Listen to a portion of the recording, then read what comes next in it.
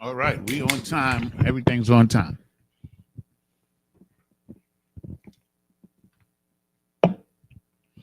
Okay, shalom to Israel.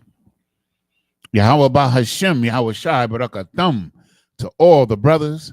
Yahweh Shema Alathan Bahashem, Yahweh Shai to all the sisters. We are the ISUPK, the Israelite School of Universal Practical Knowledge, knowledge that you should use in your life. Salakia. The ISUPK has been teaching the truth of the Bible since 1969.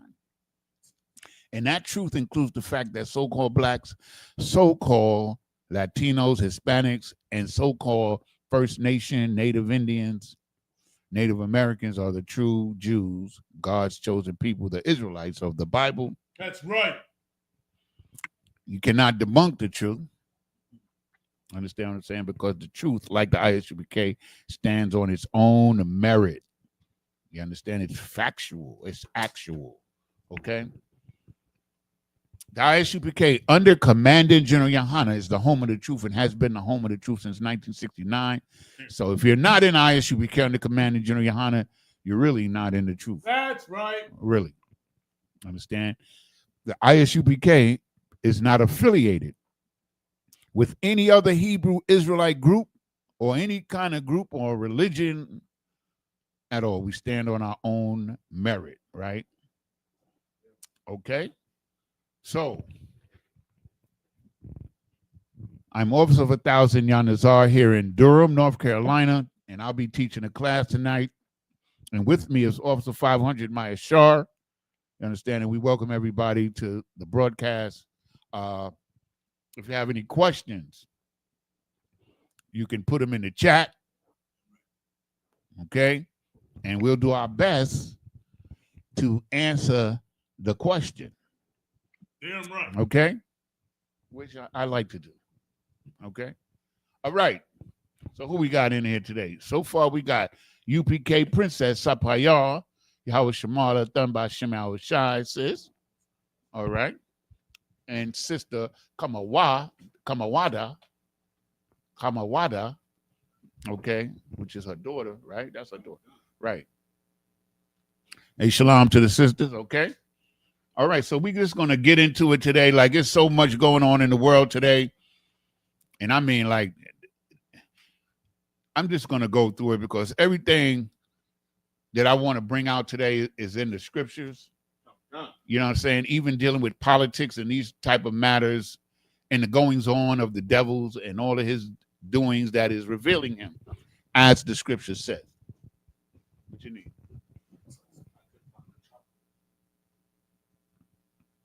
It wasn't in the tub either. It was in the. We should have another box in there. That's a lot. We should have another box in a Oh, come. I got a box. I got a brand new box at home too. I'll bring that. But it should be some more in there.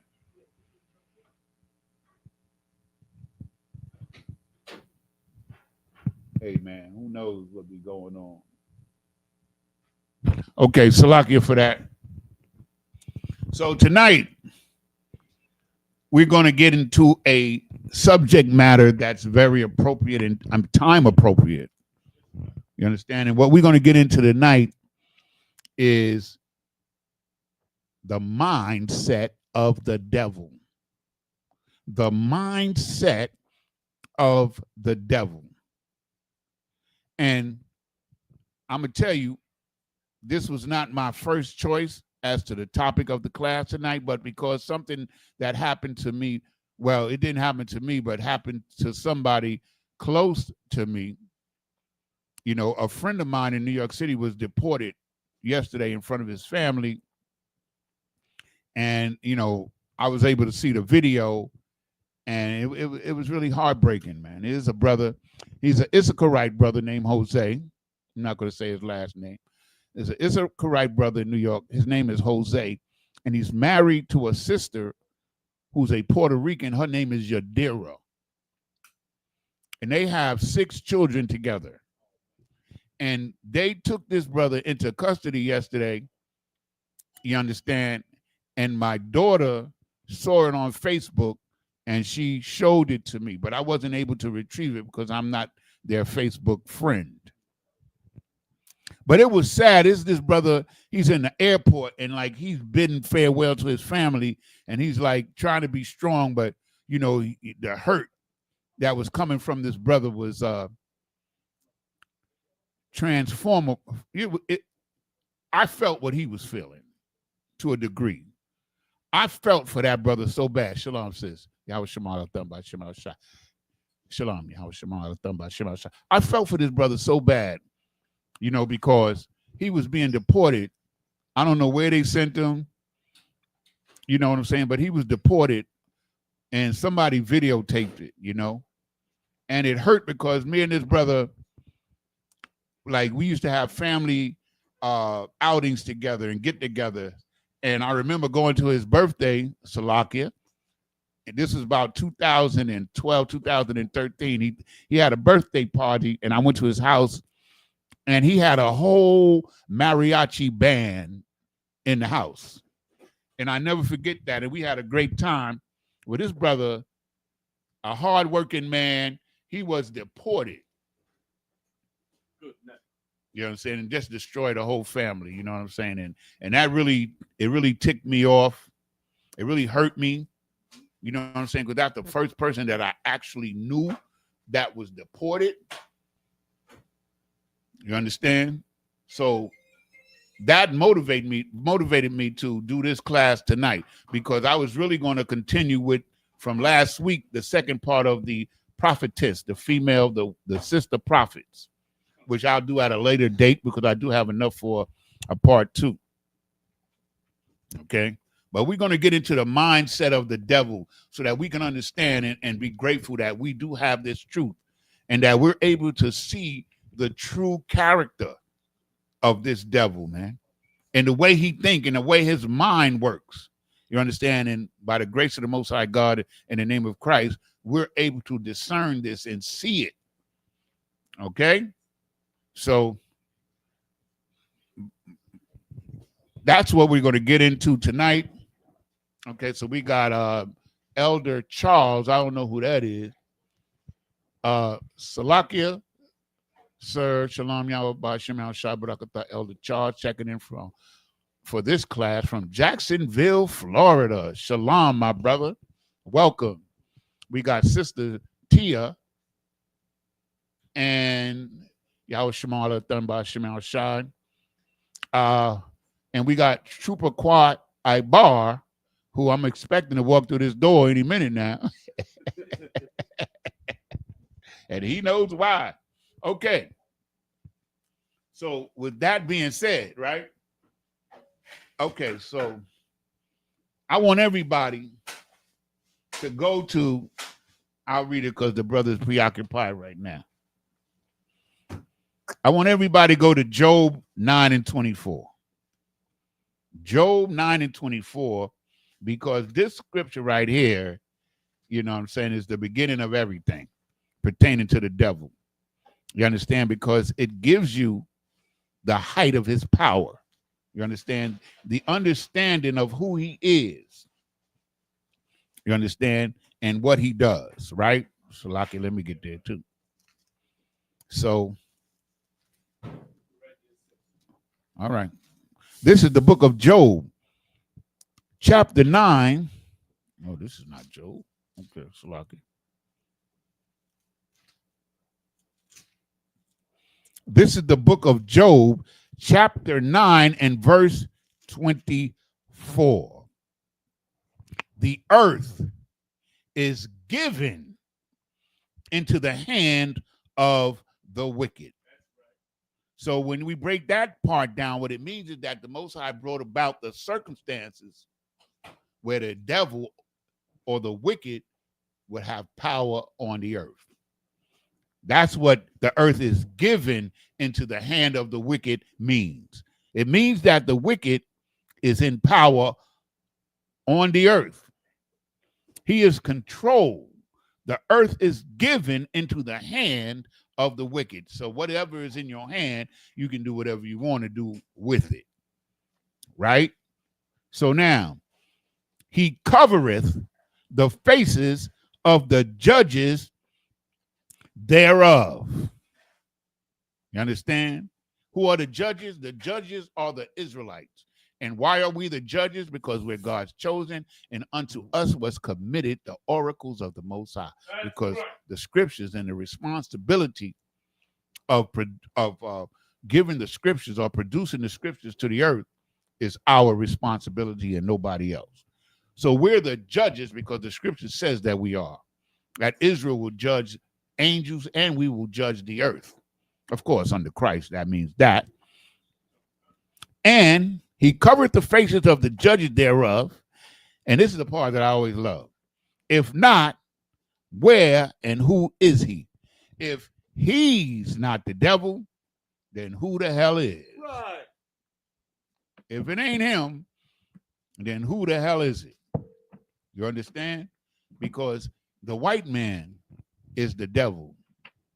He's the wicked that the Bible is talking of here because That's right. he's in control of the earth, of course, and he also is the one that covereth the faces of the judges thereof. He made God white, God is white, and he made Christ white, and he made the Israelites, God's chosen people, white. That's what it means by he covereth the faces of the judges thereof. And why are we the judges? Because we're the most capable, because we adhere to the word of God. Right.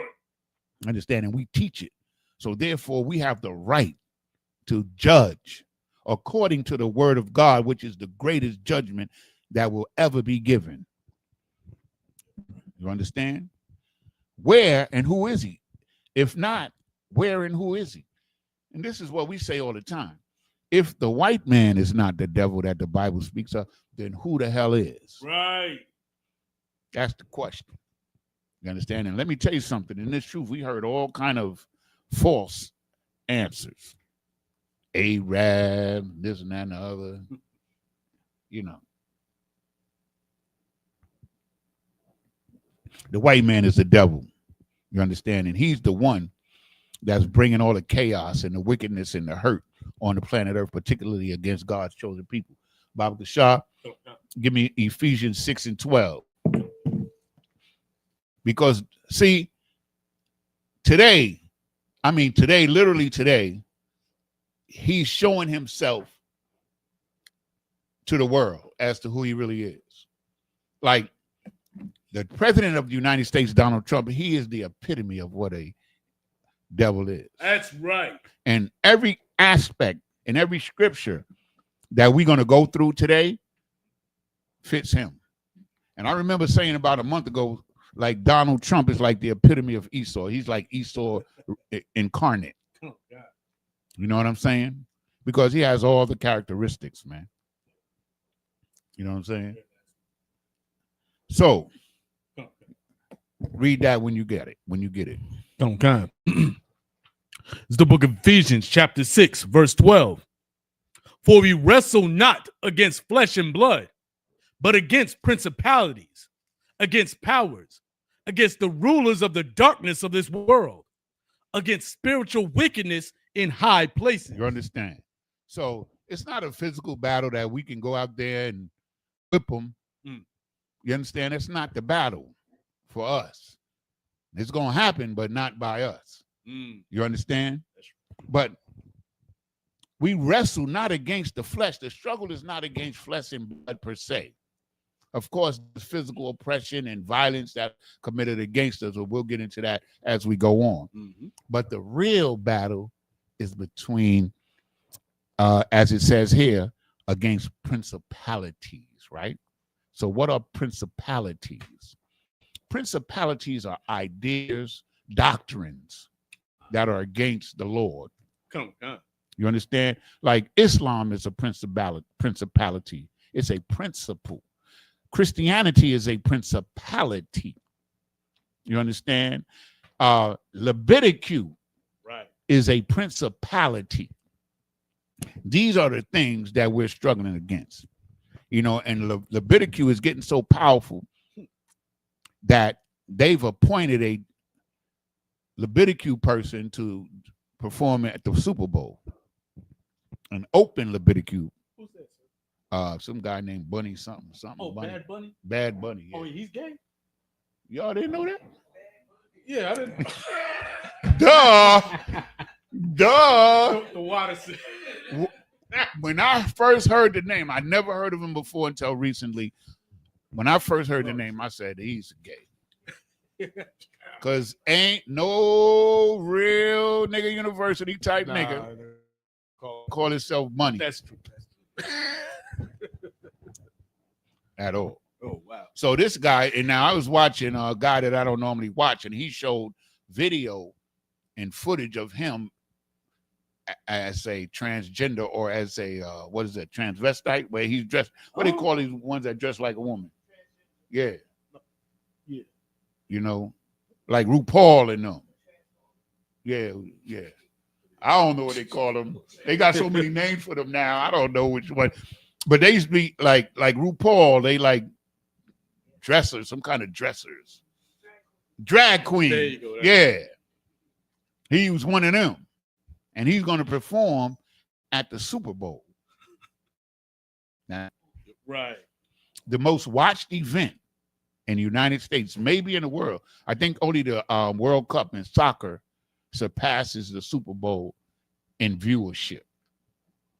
Understand? And all of these kids that's going to watch is going to see this Leviticus guy perform, man. And it's a shame. But that shows you the power that they have, because they, you know, they intend from the whole world. You understand? Their goal is to have the whole world like them. And they're natural Leviticus. Right. They're natural. So the battle against principalities, against powers, and against rulers of the darkness of the world, this world. And the rulers of the darkness of this world are those people that are in charge and are capable of keeping us in ignorance. The ignorance is the darkness. The lies cover the darkness. You understand? And they're lying to the people all the time, every day. Like, to me, every time the devil opens his mouth, to me, he's lying. He has to prove that what he's saying is true. And I'm dead ass. Like, I don't believe nothing that he says. You understand? I like to keep up on politics and stuff like that, and I watched a lot of stuff. And, like, to me, they both lying. Like, you understand? Because, like, Trump didn't even have enough respect for the Democrats to sit down and negotiate with them. And now maybe up to 15 million people are going to lose their health care. All of us is going to pay higher premium for our health care. You understand? And it's subsidizing the tax cuts of the rich. And yes, she don't like the mic. You know, but like when you have, you know, we need to hear that. Okay? Okay? Put a mic over there with them. Don't be quiet. You got a lot of good things to say. Understand what I'm saying? Yeah, if you have any questions, who else lives? We got Beyond Security. We got Sister Nashamar. She's in 2 places at one time. I mean, it's amazing. Okay. So, and the spiritual wickedness of this world. The spiritual wickedness of this world, man. In high places. The rulers of darkness and against spiritual wickedness in high places, meaning the rulers are spiritually wicked. And Donald Trump is at the top of the list. He's so comfortable in his wickedness that he has no filters. I saw yesterday where he had, and this, he put his whole total intentions on blast. He had a MAGA hat that says Trump 2028. Y'all didn't see that? He had it on his desk when he was making fun of Chuck Schumer and what's the other handkerchief head Negro? I can't think of his name. No. He's a chief. He's the Speaker of the House, of the minority speaker. Man. He's from New York too, but he's a sucker. And a light-skinned guy with the green eyes, man. And Donald Trump did an AI post of him with a sombrero and a like a Mexican mustache, and was making fun of him. You know, I'm trying to think of his name, but it won't come to me. But it must not be that important. Go ahead. You passing the mic?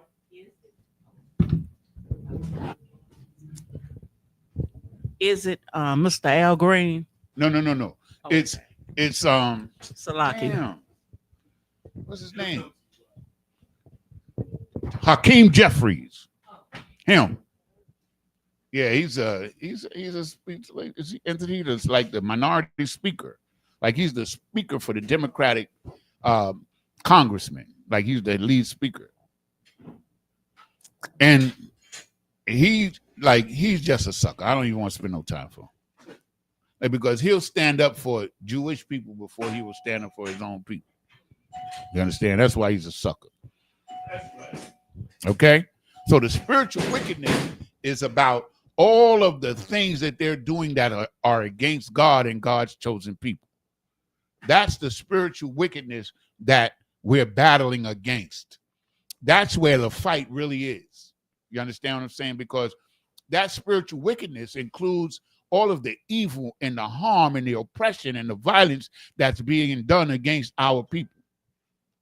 Blacks, Hispanics, and Native Indians, so-called. Shalom. You understand? That's where the battle is. That's where the battleground really begins for us.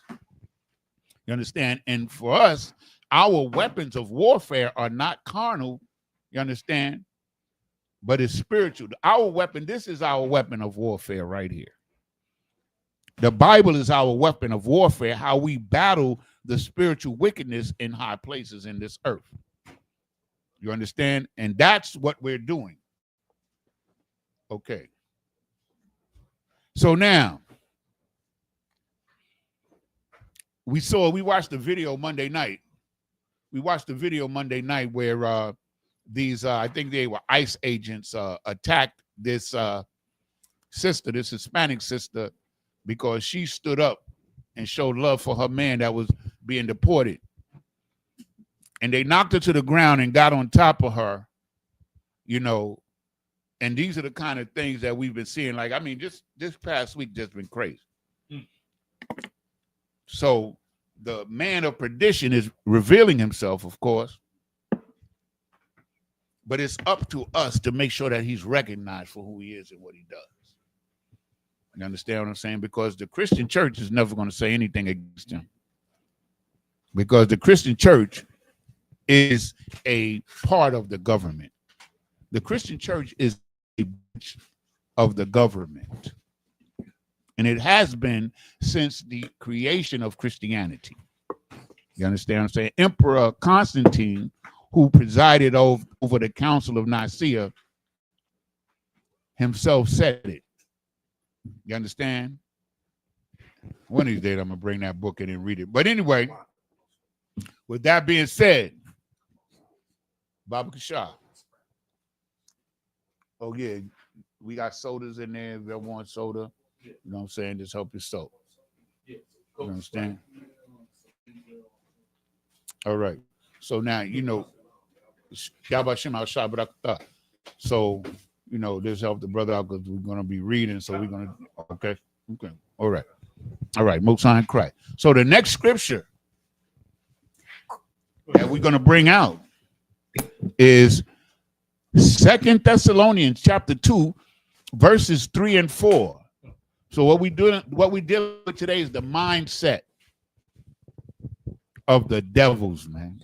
How they think in their processes and why they do what they do. You understand? So give me, 2 Thessalonians. We're going to read 3 and 4. Baba Kashah. I got it. Appreciate you. Get Hebrews 12 and 16 for me, quiet bar. Hebrews 12 and 16. Okay. It's the book of 2 Thessalonians chapter 2, verse 3.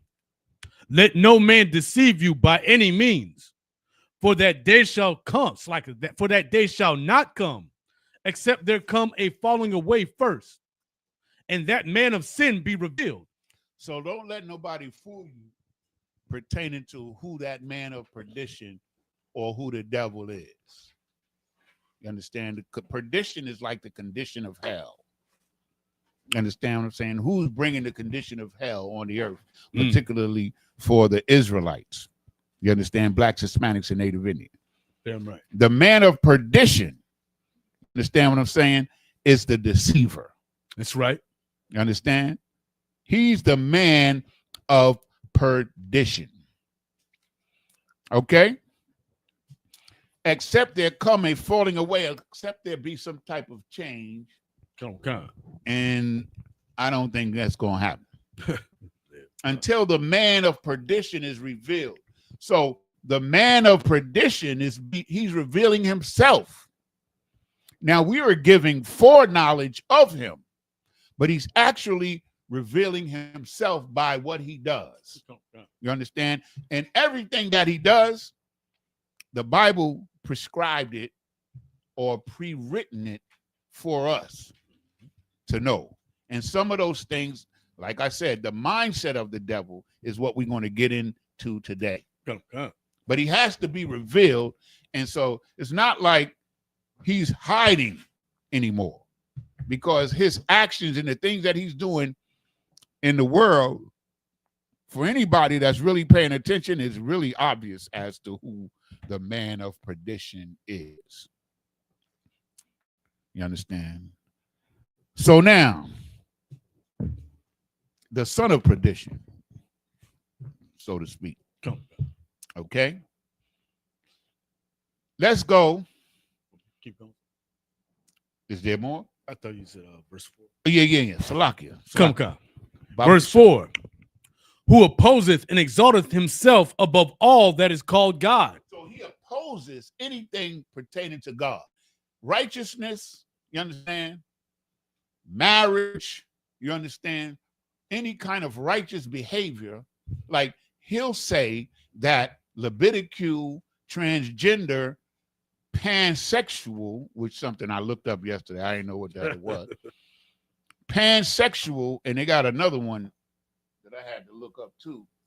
All of these things are considered valid by him. All of these things are valid to him. You understand what I'm saying? But righteousness is not valid. You understand? He's the man of perdition. You understand? Or you got something? What's that? Oh, we got an insect. So he opposeth and exalted himself above all that is called God, all that is called righteous. He's against it. Understand? Taking care of poor people, he's against that. You understand? Giving people a fair shake in life, he's against that. Sharing the wealth, he's against that. You understand? So he's against everything, and he exalted himself, meaning he puts himself above anything that's good. Yeah. Yo, Salagia, go ahead and and break that fast. You know what I mean? And then enjoy yourself. You know. So, man, the water for that. Yeah, we don't gotta wait. We broke the fast already. You know what I mean, 7 o'clock. The sun went down. I had me a little sippy sip. Yeah. Okay. So,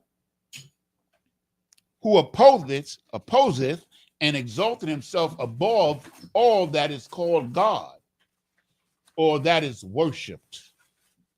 Read. Come. So that he as God sitteth in the temple of the Most High, showing himself that he is God. So he wants the word. The word God means power. That's right. Or authority. You understand? That's not God's name. That's not the Most High's name. It just means power or authority. So he wants to show the world that he's the power and the authority in the earth. You understand? And in order to do that, he has to make base life, meaning he has to make everything in life on a low level, because that's the only way that he can look good. Right. That's the only way that you'll think that he's, rightfully in power. But he's not.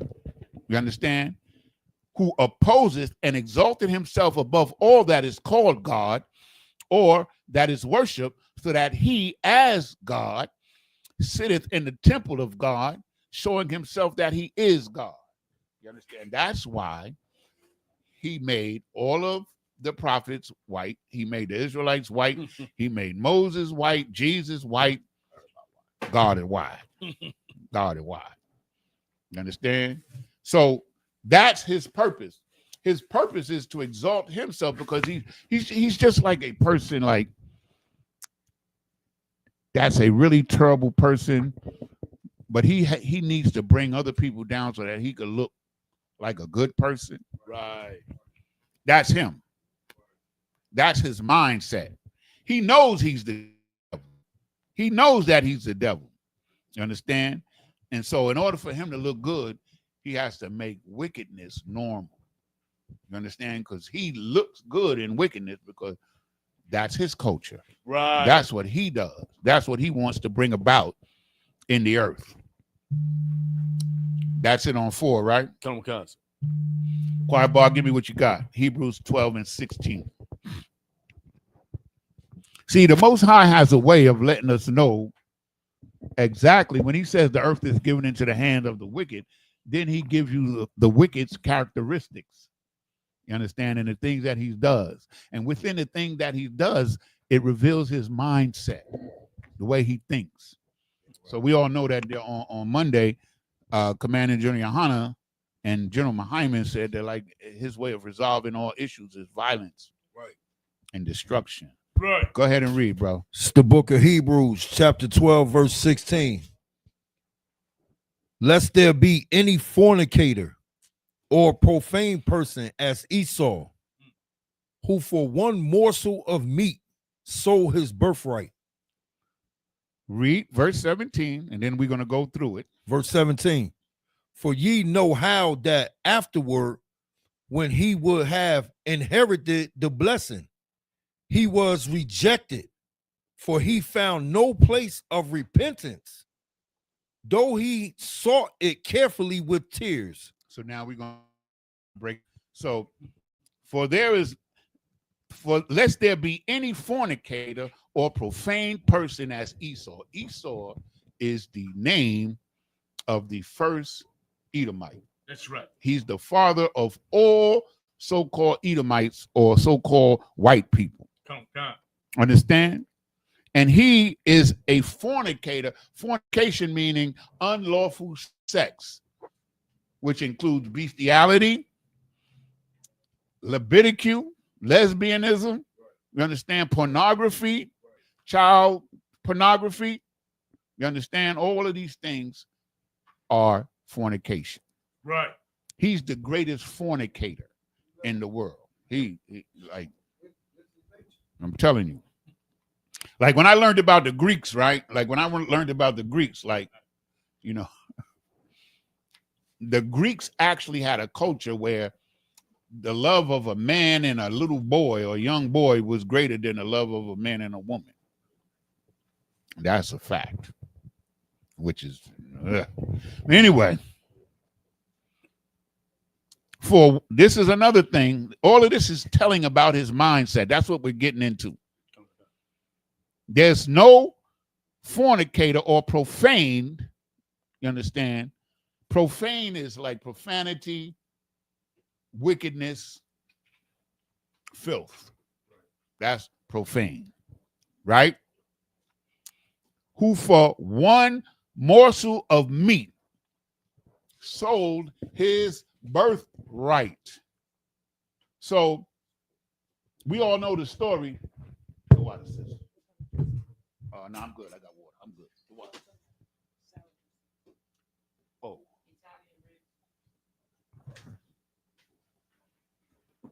You got French? No, I'm good. So,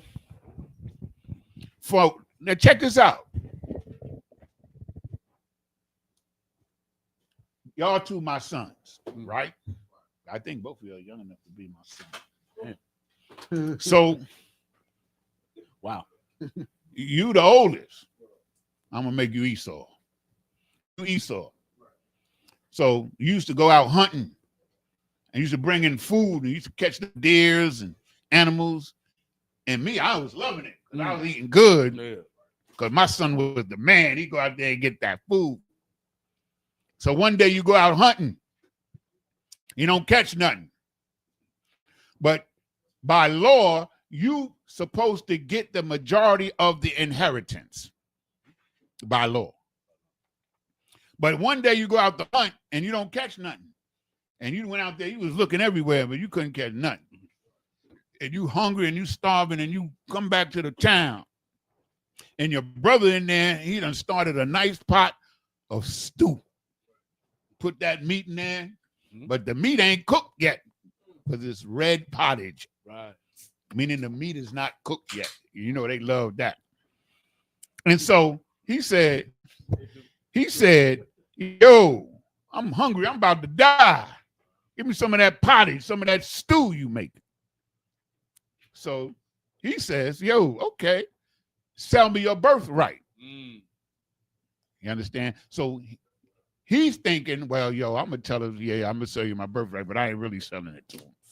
I'm going to trick him. I'm going to get some of his stew. You understand what I'm saying? And keep my birthright. You understand? This is his mindset. Like, for real. Did he really? He's such a wicked bastard that he really thought that his brother would have starved him. You understand what I'm saying? And he didn't think nothing about his birthright. So he sold it for a bowl of soup, a bowl of stew. That's him. You understand? Come on. If I may, it seems to me like his brother already knew who he was to even ask him, you know what I mean, to sell his birthright. He knew. He already knew who he was. He saw his nature. That was his brother. He knew, and also his mother knew. That's right. He knew from the womb. Yeah, because they was fighting in the womb. Right. They so were he already different. He already knew his nature. That's right. Yeah, right. You understand? But or else he wouldn't have tempted him. Yeah. You, my older brother, hey man, you get the birthright, I'll get a little something, something. You know, that's what a normal dude would. But this dude right here, he knew it. He knew it. But this is real. Let's get more. Come on. Read verse 17 again.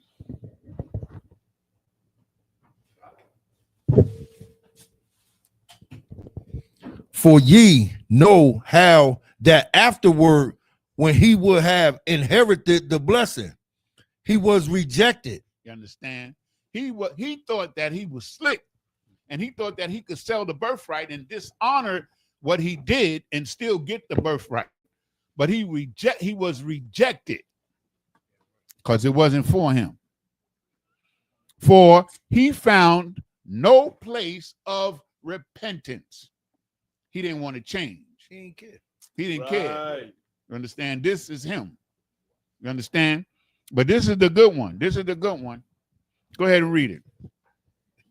Though he sought it carefully with tears. Please give me my birthright, Dad. Give me a blessing. Crocodile tears, man. He was faking the whole thing. Right. Because he don't care. He don't care. He don't care about nothing. Right. He just want what he wants. You understand what I'm saying? He was trying to deceive his brother and his father too, and his mother. Right. But he can't fool the can't fool the Most High. That's right. That's why he's the deceiver. He deceived himself. And then after he sold his birthright, imagine that. Imagine your dad is rich and you get all the inheritance and somebody say, yo, sell me your inheritance for a bowl of soup, man. That's crazy. But that's how it is. So now, that's it on 17, right? Come, He's the fornicator, he's profane, and he's a liar, and he's a reject. He's a reject. But the world doesn't view him as a reject because he's in power. So everybody has to bow down to him because he's in power. Understand? So now, give me Psalms 36. This one is, I love this right here. Oh, yeah. We're going to read Psalm 36, verses 1 through 4. Quiet bar, give me Psalms 2, verses 2 and 3. But we're going to go to Psalm 36. We're going to read 1 through 4. Come on, guys. Let me go ahead, sir. Baba Kasha. Come. It's the book of Psalms, Psalm 36, verse 1. The transgression of the wicked saith within my heart that there is no fear of the Most High before his eyes. You understand? The wicked says, I ain't seen nothing that makes me want to fear God. Damn. There's nothing happening on this earth that makes me want to fear God. That's what he's saying. There is no fear of God before his eye, nothing he sees. Why does he feel that way? Because he's able to take whatever he wants. Because he's in power, sir. Because he's in power. Come. The earth is given. See, the devil don't understand. Like, the devil thinks that because he's greater than others, that's why he's in power. That's not so. That's why the earth is given into the hands of the wicked, meaning that the Most High brought about the circumstance for him to come into power as part of our punishment. This is our punishment. Because if we had obeyed the Most High God, this devil would have never came to power. He would have never came to power. Because according to the birthright and according to the prophecy, he's our servant. The elder shall serve the younger. He's the elder. We're the younger. Good to see you, black man. All right. Read verse 2. Book of Psalms, Psalm 36, verse 2. For he flattereth himself in his own eyes. Yeah, he's the man. Like, remember what I said. Trump is the epitome of all of these things that we're going to bring out. He flattereth himself all the time. He's the greatest. He's accomplished more in 6 months than any other president. You understand what I'm saying? He's the best administration. You understand? He, what did he say the other day? He ended 7 wars, which nobody knows what wars those were. So he flattereth himself, right? In his own eyes. Like, he's the only one that really thinks that he's the greatest. Like, you understand? And the way that other people think that he's greatest because he's the bully on the block. He has the biggest stick. You understand? And so people are afraid of him. They don't like him. They don't love him. But they're afraid of him because he dropped 2 bombs on Nagasaki and Hiroshima. You understand? Without hesitation. They've been afraid of him ever since. Yeah. He got game because he got backup. You understand what I'm saying? But they're afraid of America.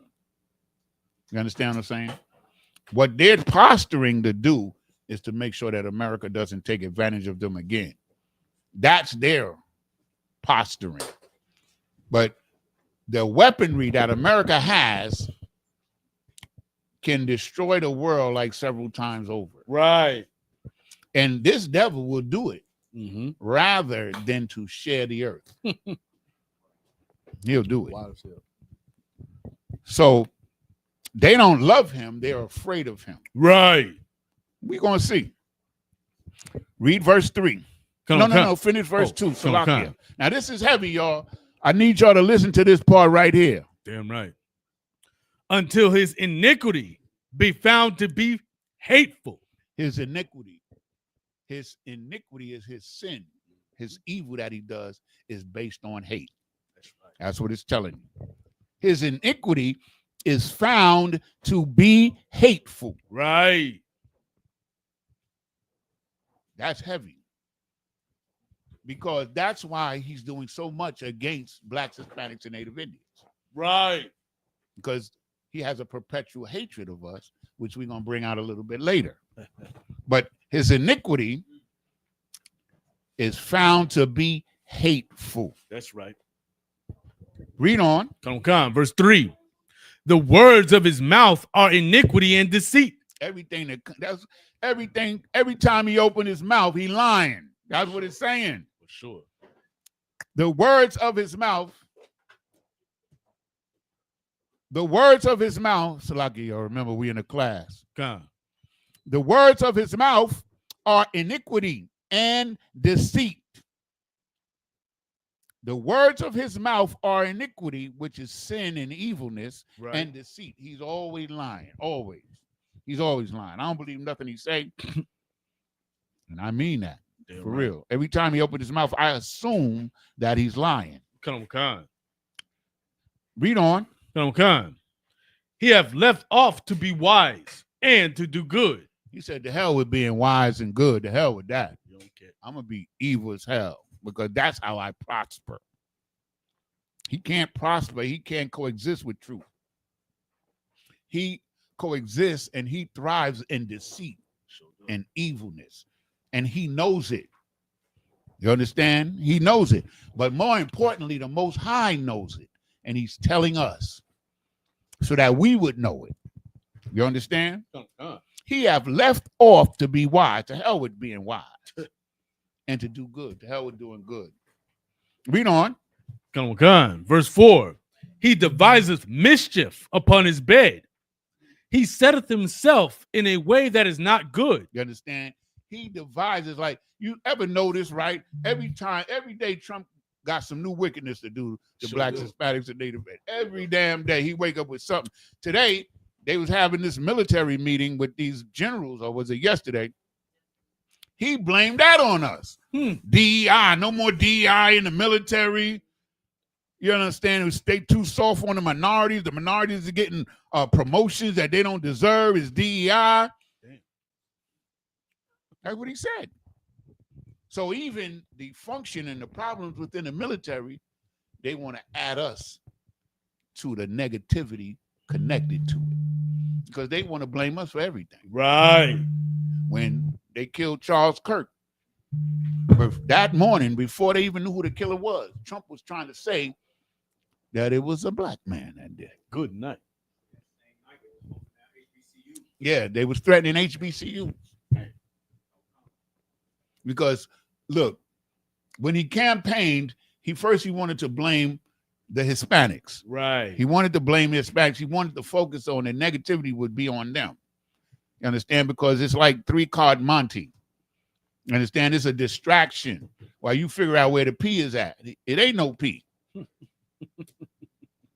understand what I'm saying? The P is only there for the first round. And then the person that's with him finds the P. Then the P disappears. It's a distraction. Right. And white people go for it. Like, because it's against us and they have a perpetual, which means never ending hatred of us. They with it. You understand? They with it and they rock with him. They know he's wicked. A child could watch Trump and see that he's wicked. Give him the mic. He doing so much that he can't even keep up with himself. That's hella fly because that's so true. Because sometimes he say the dumbest, like, I can't remember. He said something the other day, man, I almost fell out of the chair. And then today he said, I don't remember what he said the other day, but he said something really stupid.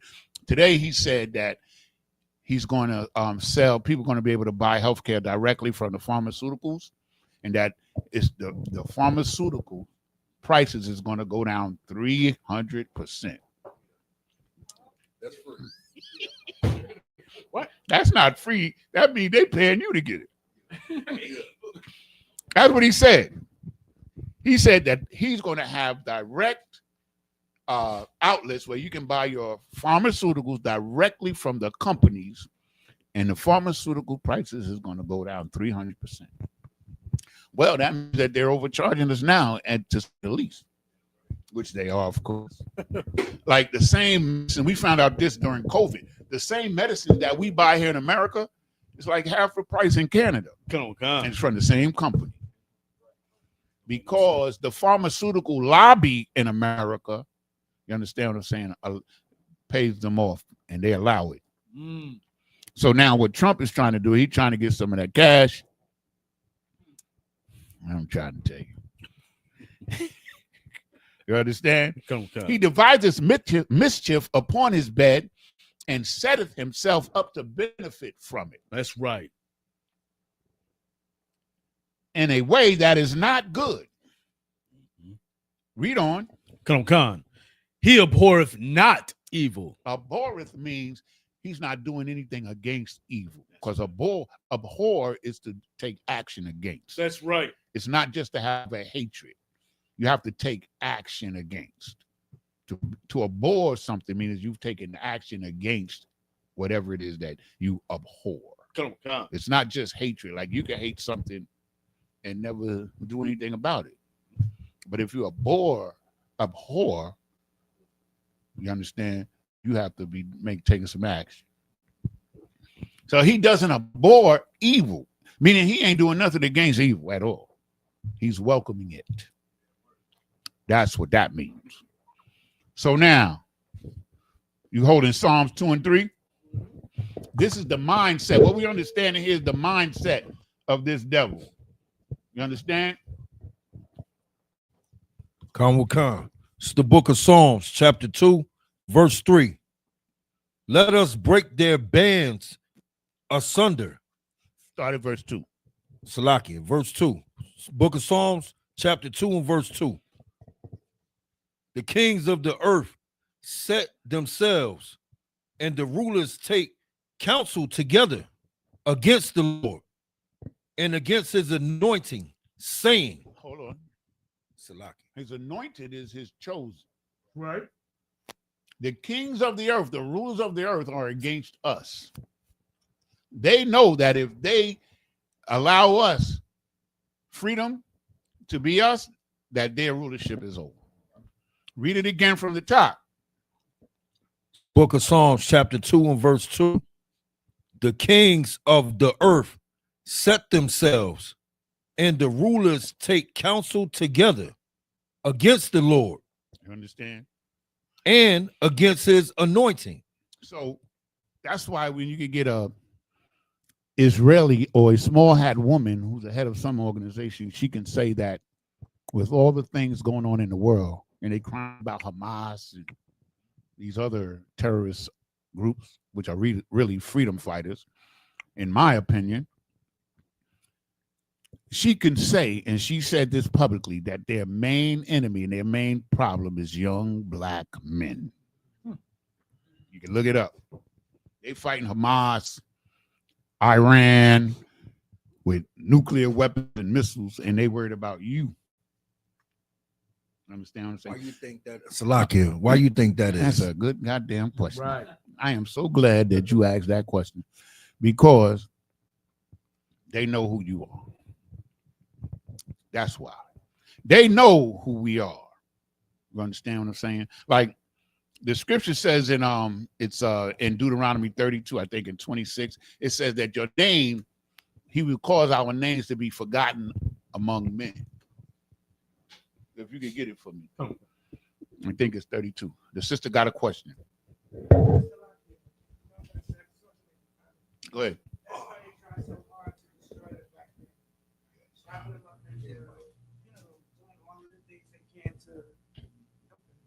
To destroy them. Absolutely. We're the target. We're going to see, like what you're saying is absolutely true. We're the targets, even though we have no power.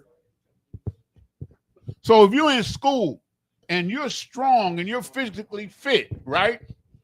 And there's a cat in the school, he's a weakling. Are you worried about him? Hell no. If you're in a race and you're a sprinter and you're in a race and there's a cat who's a handicap with a boot on, are you worried about him? We're perceived as the weakling. We're perceived as the one with the big heavy boot on in the race because I'm going to show you how they doing it. It's right in here. I'm going to get to it. I don't want to get too much ahead of myself. We're the ones, you understand what I'm saying, that are made to seem less than because we're the greatest people that ever walked the face of the earth. And they know it. So now, do you think, just give me just 1 second, do you think that they don't know that they have those scriptures and they don't know who we are? Right. And they know. But what they intend to do is to deceive the whole earth. Did you find what I was looking for? It's 32. Let me see if I can find it. No. Listen to it. Let me get it. It's in chapter 32, or it might be 33. But let me get it. 22. So what you was gonna say, brother, while I find this thing? I was gonna say, Salakia, if I may, I was gonna say that you know, they know that we strong, you know, and they work so hard to brainwash us, to make us think that we less than. Like you said, they changed all the images. 32 and They 26. changed the images of Christ. They changed the images of you know, they whitewash everything, right? So if, you know, like the generals was saying the other day about our superheroes, you know, we don't have that. You know what I'm saying? Like, and they make sure of that. Because, see, what they really want to do with us is to destroy us off the face of the earth, because that's the only way that they can rule. Salaki, I want to say one more thing. Go ahead. I want to say one more thing about you know, what they doing to the younger men, our younger generation, calling them YNs and everything like that. Like, yeah, we fall for it. We do fall for it because, you know, like my grandmother said, oh, you think that's cute? You know what I'm saying? It's not, but they know our strength. They know that these young ones coming up, they fearless. Because they don't have, you know what I'm saying? You done took everything from them already. So they don't have nothing. So yeah, I can see why she said that's the main threat. You know, because if they wake up, exactly, she knows it. You understand what I'm saying? But it sounds crazy on the surface, but she knows that it's truth. And all this is just another division, because division is his main number one weapon. Division, which is negative mathematics. You're dividing, you're taking away. Right. You understand? So he's like, when Adam and Eve, the whole thing is a story that they never focus on is the division between a man and a woman that he started. Right. That's what he did. He waited till the woman was away from the man, her strength, and he beguiled her. So that's what he's doing to our children.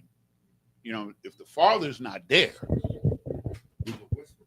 yeah, they're gonna fall for everything, man. Yeah.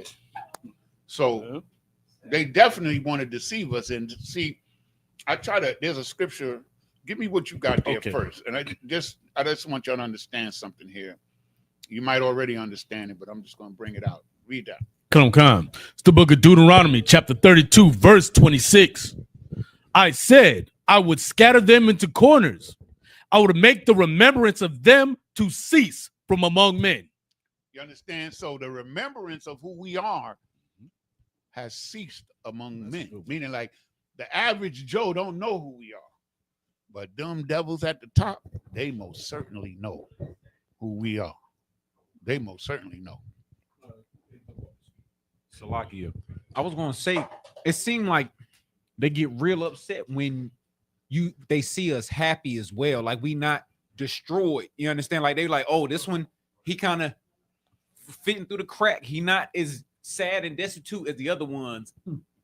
let me do something. And like I realized, like they said, they just can't stand to see that happiness. They're not happy at home. And this, the brother's absolutely right. What he's saying is heaven, because what they want you to do, they want you to have a fake happiness. They want you to feign happiness. They don't really want you to be happy. And they know that you can't be happy under oppression. They know that. But they want you to pretend. Like, remember when we was in slavery, they would pretend. Yeah, they want you to pretend that they feel that you, hey, why are you not smiling, darky? Why you ain't happy? Show me some mirth. Sing one of them old songs of Jerusalem. You understand? They want us to feign happiness while they know they're destroying us. Right. And that's another distraction. You understand what I'm saying? That's why they give you understand, the culture that they're doing. They got this movie out. I tried to watch it, but it's called Boaz and Ruth.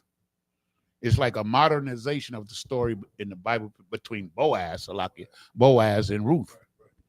And the very first scene, the sister that's playing Ruth, she walks on the set in hot pants, like a, I turned it off. I said, man, please. They didn't understand. Even though if you watch the movie, it probably has a moral story at it.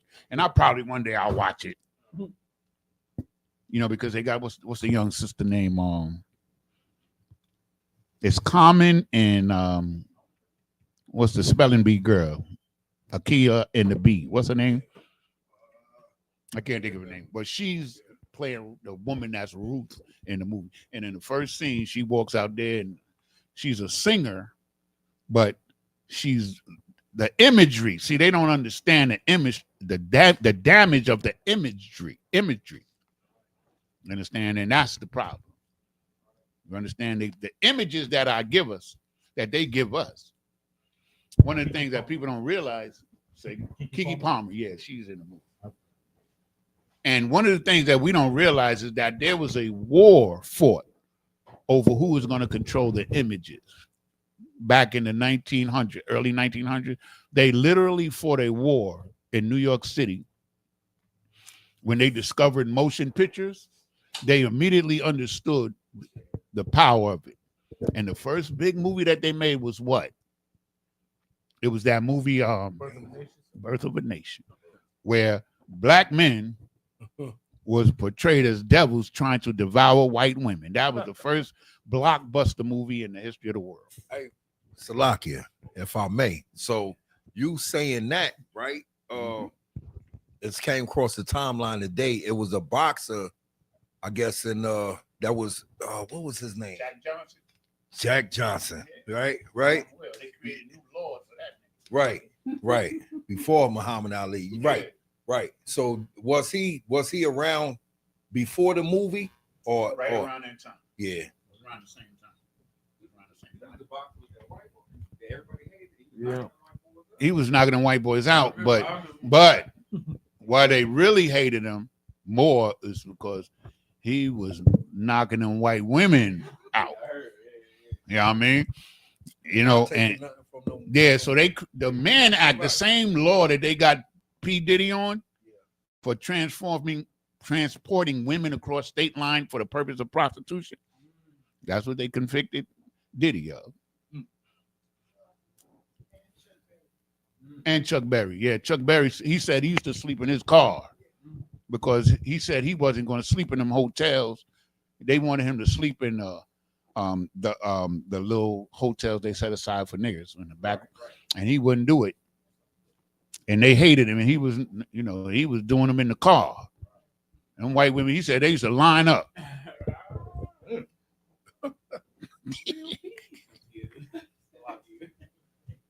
That's my boy. Chuck Berry was he's the real king of rock and roll. That's for right. real. That's right. Chuck Berry was he was an innovator, man. If you see some of his early tapes, which they don't show no more, and you see the dances that he was doing and the way he played the guitar, he was a bad dude. Yeah, because they don't want they want to hide all the truth. Well, Elvis was with them young girls too. Yeah. Elvis was Was she like 14 years old? He was the original. He was the original. But with him, it was I. It's I. You know, not for Diddy though. But for him, it was I. And he stole everything. You ever see they got a video out of the black man that Elvis stole his style? Yeah, he sound like Elvis, sound like him. He don't sound like Elvis. Elvis sound like him. Right. Took all his dance moves and all So that. they don't create nothing. Which he couldn't really even do the brother's moves. He just Yes. did part of it. They don't create nothing. Right. And that's what Stephen Get- Miller said, when you but get that a was chance. really his story. When Right? you get a chance, find Jacob is the former of all things. Come on, let me get back to these scriptures.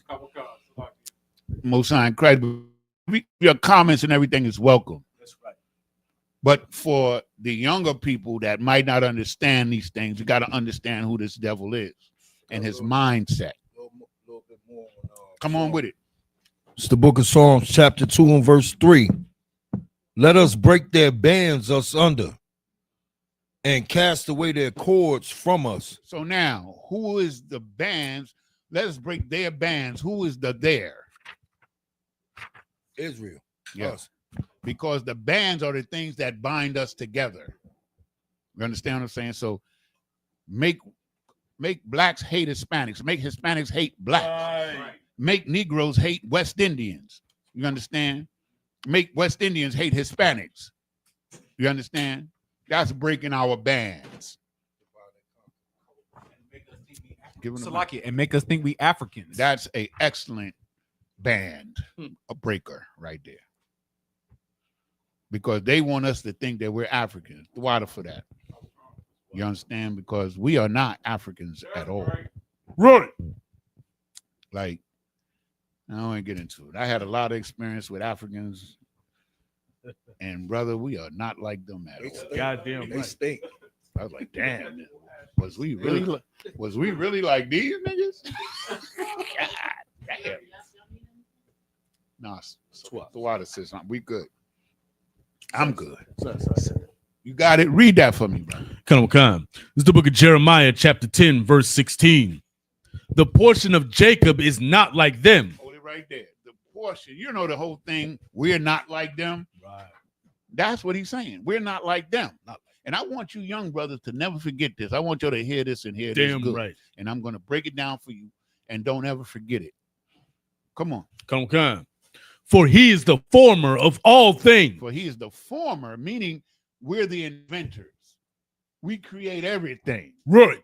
Like one of the most amazing things that stunned me was when I came to the truth and they was reading on the Sabbath service that we had a frying pan 3,000 years ago. Most High in Christ. That was amazing to me. I thought they invented frying pans in 1929 Damn. or something. You know, you know what I'm saying? Come. And there's a scripture where they're cooking, they're frying chicken in a frying pan. That's what I'm talking about. So Jacob is the former, meaning he forms or creates everything. Come. You know, at one point, I don't know if it's true to this day, but at one point that 40% of the patents of the United States belong to black people. And just imagine all the ones that they stole. And the sister was just bringing out today that there's this brother who invented a means to take plastic into, yeah. What? No, that is a world-changing technology. Oh, really? All of you ever see that floating island of plastic in the Atlantic Ocean? Yeah. That means that all of that would be valuable. And ships will be going out there to get it because it'll be valuable. Because you could turn it into energy. Mm-hmm. You understand? And this is the second brother that tried to do it. I remember back in the 80s, it was another brother in Queens, New York, who was trying to do it, but I don't know what happened to him.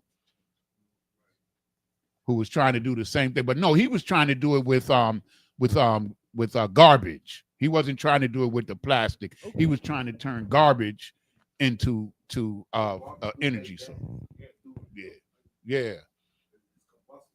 I don't know if you remember the black sheriff. There was a black sheriff, he was an inventor. With the water. Make the water Yeah, hydrogen. yeah. He disappeared too. Yeah, he did. Because you see, this is the thing about the science and the law of what God made. Energy is transferable. It doesn't disappear. It just transforms into another form. You understand what I'm saying? And that's the basis of all of that. It's just how you can transform it and make it reusable. That's the issue. But we're the former of all things. My G. We're the formers of all things. What does that mean? Salakia. It says, read it again. Come on. Just the form of all things part. Come on. For he is the former of all things. So when you form something, that means you're shaping it or making it. So when it says we're the former of all things, what does that mean? We make a lot of Yeah, we Sounds make. right. We're the former of all things. Like we're the origin of all type of inventions and technology. If you take the inventions of Israelites, blacks, Hispanics, and Native Indians, you understand, away from America, America would go back into the Stone Age. Right. Understand? Okay, read on. Come on. No, that's it on that. Right. Isaiah, you finished Psalm, right? Give me Isaiah 32, 6 and 7, because we got to get back to the mindset of the devil. Young man Eric, give me Nahum 3 and 4. And my Shaw, you give me Habakkuk chapter 2, verses 6 and 8. 6 through 8, we're going to read. Right when you had. It's the book of Isaiah, chapter 32 and verse 6. For a vile person will speak villainy. That's right. A vile person is a dirty person. Right. When you're vile, you're filthy minded. He will speak villainy. That's what Trump does every day. And who's the villain? Us. We're the villain to him. So the vile person, and he's a dirty dog, will speak villainy. Read on. And his heart will work iniquity. And his heart will work iniquity, meaning his mind is always on evilness. His mind is always on wickedness. That's what it means when it says his heart. Your heart in the Bible is your mind. Right. Because your heart doesn't think. Your heart doesn't contain information. You understand? Read on. To practice hypocrisy. To practice hypocrisy every day. Hypocrisy is saying one thing and doing another. Right. You understand? And I mean, I saw sidebar. I saw today. I don't remember this woman's name. She's the White House press secretary, and she's one of the greatest detractors or deflectors or liars that I ever witnessed in my life. You ever watched her? She's the little blonde hair woman. She's the spokesman. She's the press secretary for Trump. And I don't know her name either, but I know her face. And I'd be watching her. I don't care about her name. And I'd be watching her. And this woman, man, I'm going to tell you, I never seen a better liar in my whole life. In my whole life. She could take the truth and spit it into a lie and have you believe it. She's very good. That's why they gave her the position. You understand what I'm saying? So they speak villainy, which is evil, right? Right. Read on. And his heart work iniquity. So in his mind works evil. Iniquity is evil and sin. The heart is the mind. Come on. To practice hypocrisy and to utter error against the Lord. Say the wrong thing against the Lord. You understand? Yeah, that's the wrong thing. God loves everybody. I almost forgot. God loves everybody. That's an error against the Lord because the Most High hates him. So hey, man, God loves everybody. He got to love me too. You understand? But God hates him, and he says it at least twice in the Bible, Right. Right. that he hates the white man, and rightfully so. And whatever the Most High hate, we hate. That's right. That's it. It's not wrong to hate your enemy. Not. So now, read on. To make empty the soul of the hungry. To make empty the soul. Now, we talked about the soul yesterday, right? What is the soul? Say it in the mic. Salaki, you. That's your life. You understand? He wants you to be hungry. He wants you to starve. You understand? He wants to starve you out, like they starving out those Palestinians over there. And they're going to make an attempt to do it. Trust me. Understand? When the things that Commanding General Your Honor tells us, man, please don't take it for lightness, man. He's the chief prophet on the planet Earth right now. And you better believe it. Because everything, like I've seen him prophesy and his prophecies come to truth, to pass. You understand? And he's telling us to prepare, make sure you keep a good amount of food in your house and water, and say in case of emergencies. Don't worry, the Most High got us. But we have to be wise. We're going to get more. It's a little more. Come on. And he will cause the drink of the thirsty to fail. You understand what I'm saying? Meaning, he starve you to death, and you won't be able to drink. Whatever you want, meaning whatever you need, he's going to deprive you of it. That's what it's talking about. That's why he's going to make healthcare almost, unaffordable. But he's going to do it in a way. Remember, he's going to have the pharmacies selling it to you direct. He's going to do it in a way where the pharmaceuticals are not losing money. Come on, sis. To everything, hey man, like this sister brought that to my attention a few months ago, and I promised to do a class on it, and I am, because they are actually performing it. Like it's the policy of the United States. It's Project 2025 or whatever the hell it is. Actually their policy now. Like this healthcare thing, you understand, firing all them sisters, 350,000 sisters were fired from their government jobs, because those were the jobs that those sisters went to college, and they got a little education, and those was the jobs that the government gave them. And they did their jobs well. But of course, they're the last hired and the first fired. He fired 250,000, and then another 100,000 comes from other industries because they got rid of DEI. And you got something. Yeah, Salaki, if I may, a lot of white folk ain't going for that. They gonna fight each other. Oh, okay. You mean going for what? They ain't going for the 2025 agenda. They're not going for them policies. They're not going for a lot of things. This is why they took out Charlie Kirk. This is why they in the street. They out here, they killing each other. Okay, but see, you're right. But I wouldn't use Charlie Kirk. You know why?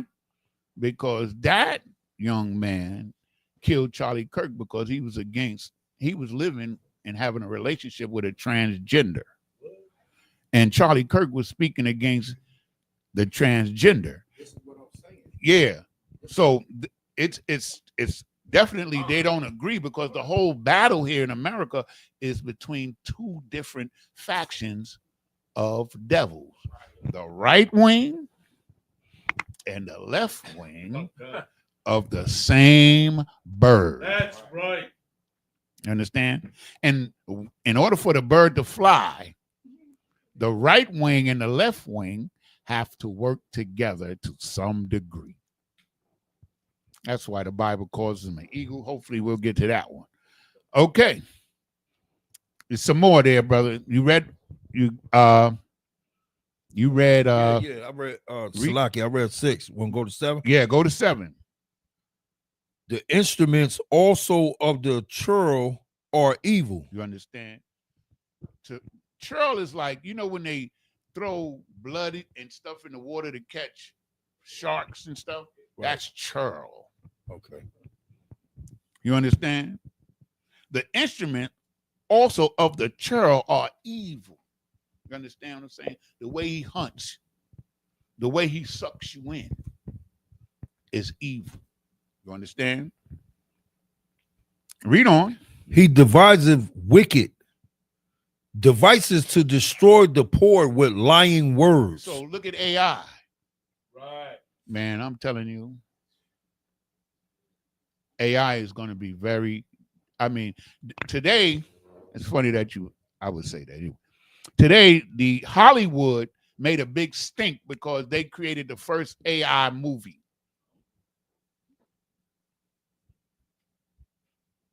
Okay, sis, you be safe.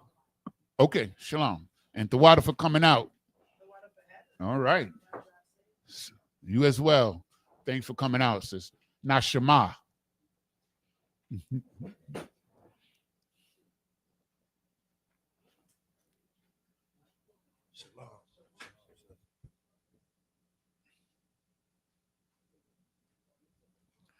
So, where was I? The instrument also of the churl, and he devises wicked devices. Devices could be a mechanical device or it could be a scheme. Right. A scheme is a device as well. You understand? Where you devise something to destroy something else. That's what it's talking about. So in Hollywood today, they made a protest because they created a short movie of total AI. And so the actors and the actresses, they say, yo, I ain't gonna get paid. They're gonna just make an AI actress. Those are the wicked devices, the internet. Wow. Wicked Yeah, devices. So soon, Salakia, if I may. So soon you're not going to be able to tell what's reality and what's not. Yeah, because that would make, when it says they make good evil and evil good, that's what that is. Only It's way to know false way to imagery. know the truth is if you come in here. Yeah, and we clap it up.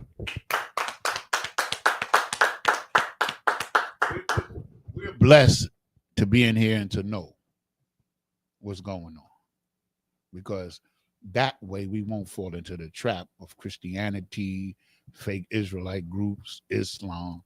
All of them is falling into the trap, man. And I'm gonna show you the trap. I'm gonna show you the trap. And Salakia, Go I ahead. took a picture of the YouTube. I was watching YouTube earlier, and the video on the top of the video, it had, you can generate whatever this girl hugging whatever she want, and you could think about it was like using AI.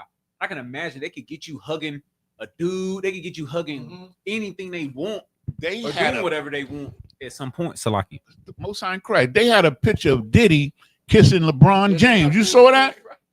They had Diddy kissing LeBron James on the mouth.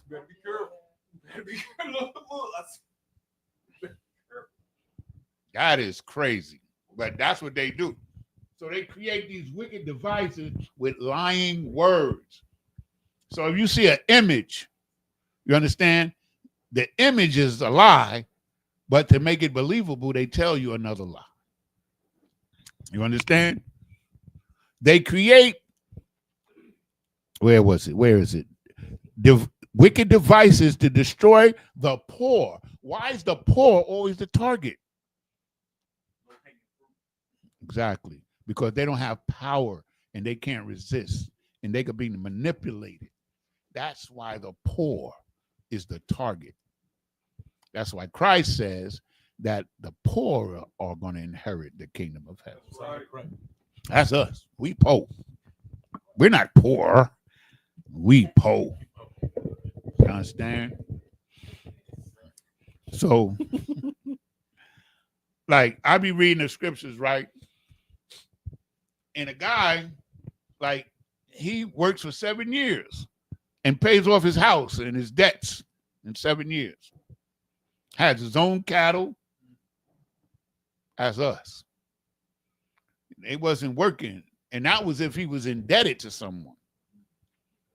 You understand? They got you now. You work 30, 40 years to pay for your house.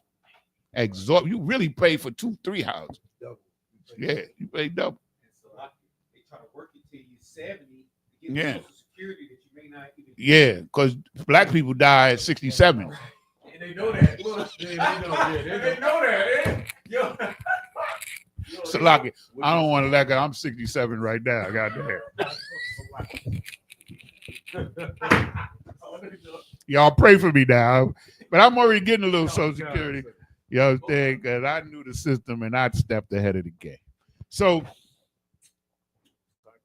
you understand? But Lord be with me. Lord protect me. You know what I'm saying? Because I'm 67.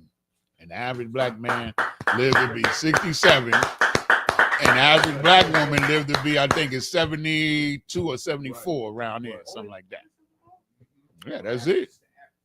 You know, just because you see them old grandmas on Facebook, that ain't the, you know, you got a lot of young sisters dying 35, 40 in these streets, man. You understand? The oldest person in America is a black woman, by the way. Again. You understand? I think she's 115. Mm-hmm. Like like people like when you read the book of Genesis and you see people living 300-400 years, people don't believe that. They didn't think that's a fairy tale. That's true. People was living. The water was pure, healthy. You understand what I'm saying? Everything was good. The air was clean and fresh. You understand? And it's going to be like that again. You understand? The scripture said that we're going to serve with Christ 1,000 years. So how are you going to serve if you're dead? That's what I'm talking about. Hey, man, 1,000 years is good.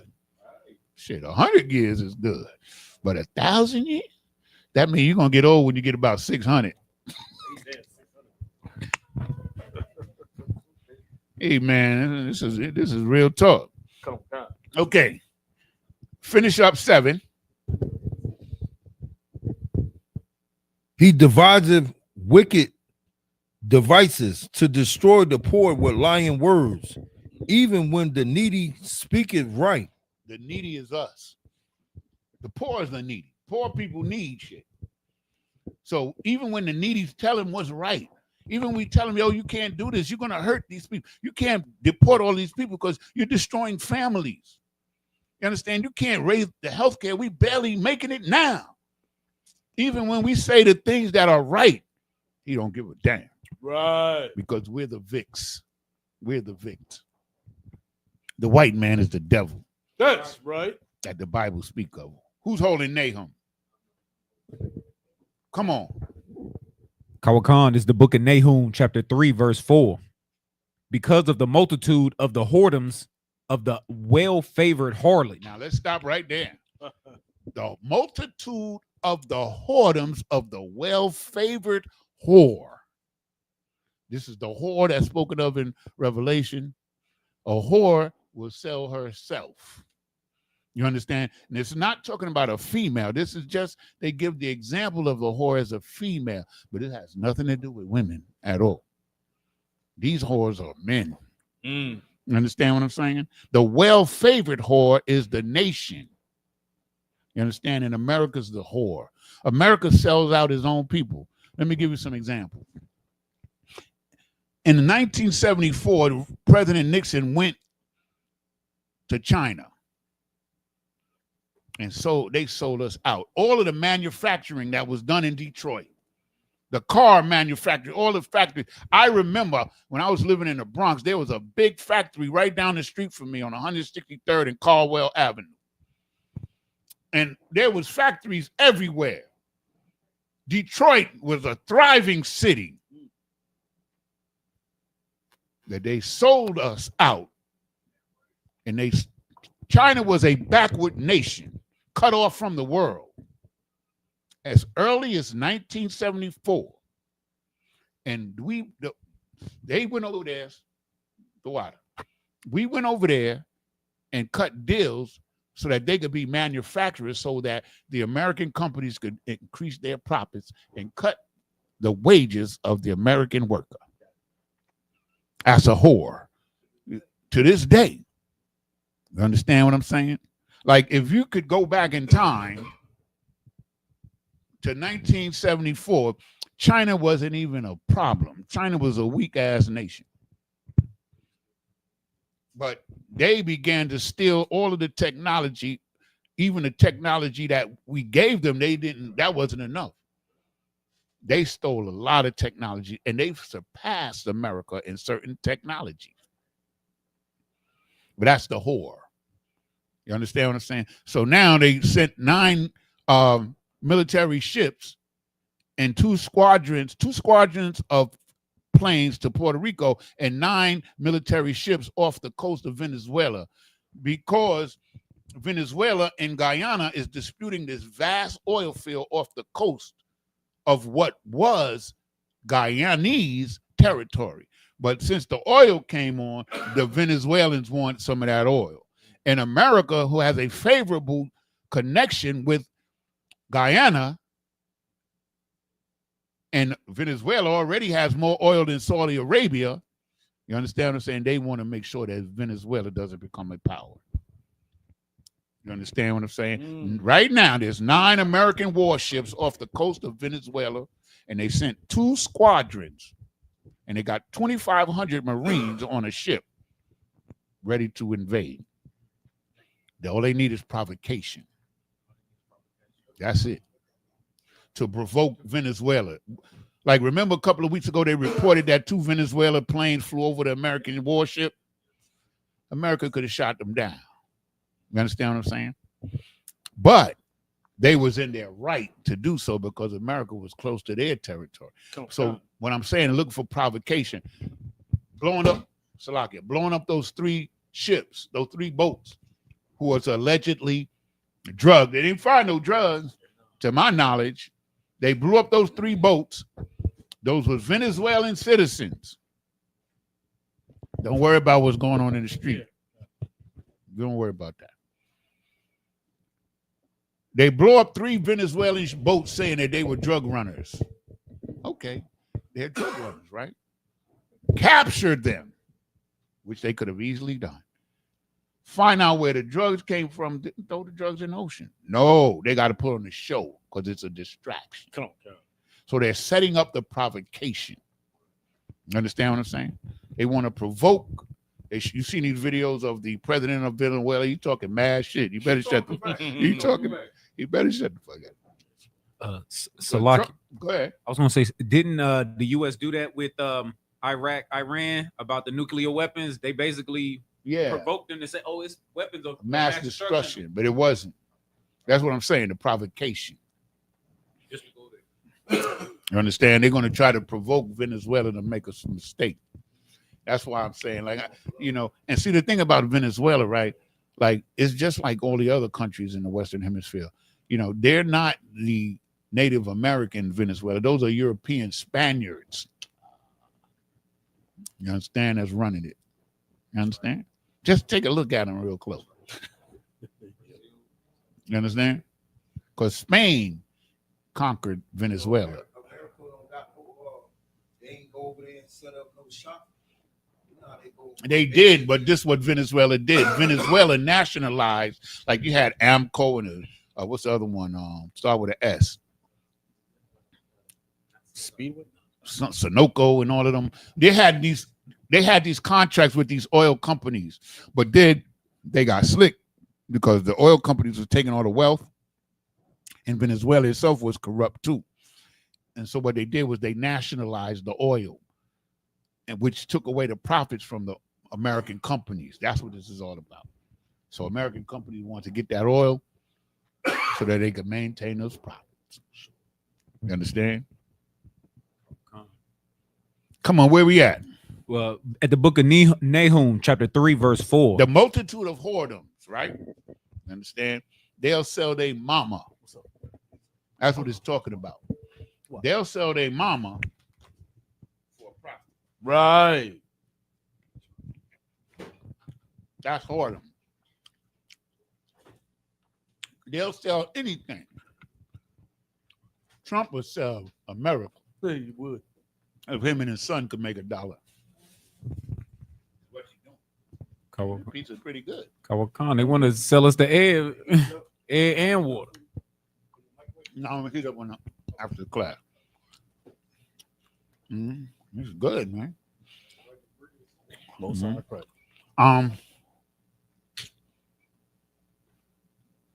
Read on, brother.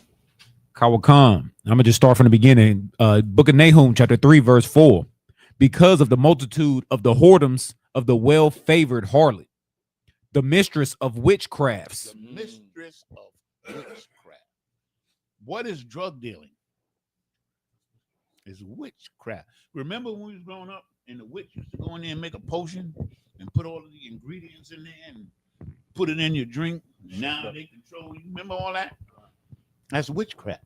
Right. Drug dealing is witchcraft. Slakia, I've heard they do it with the music, Yeah, like spells. it's all kind of, stuff like that, but I don't know that much about it, so I don't speak on it.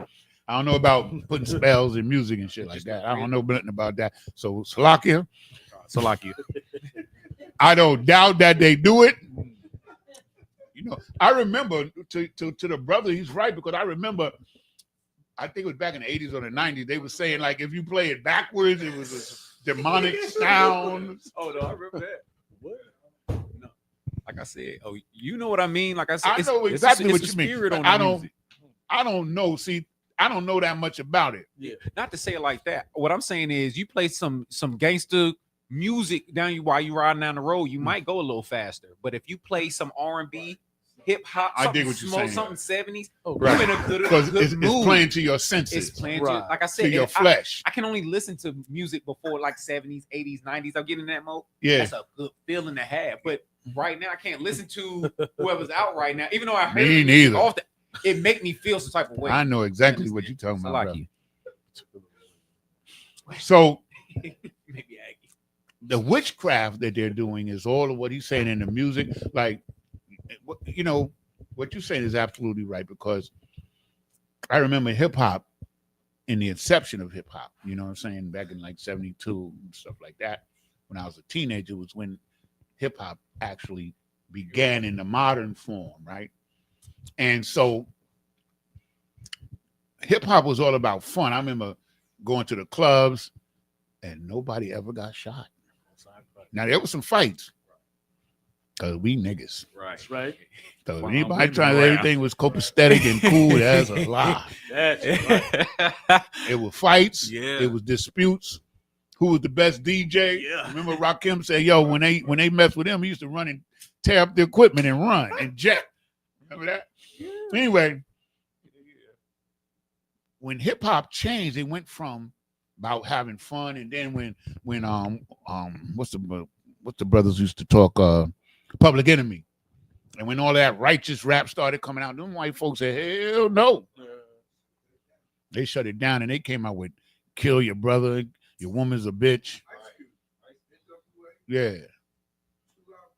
Yeah, all of them. So now let me tell you how they did it.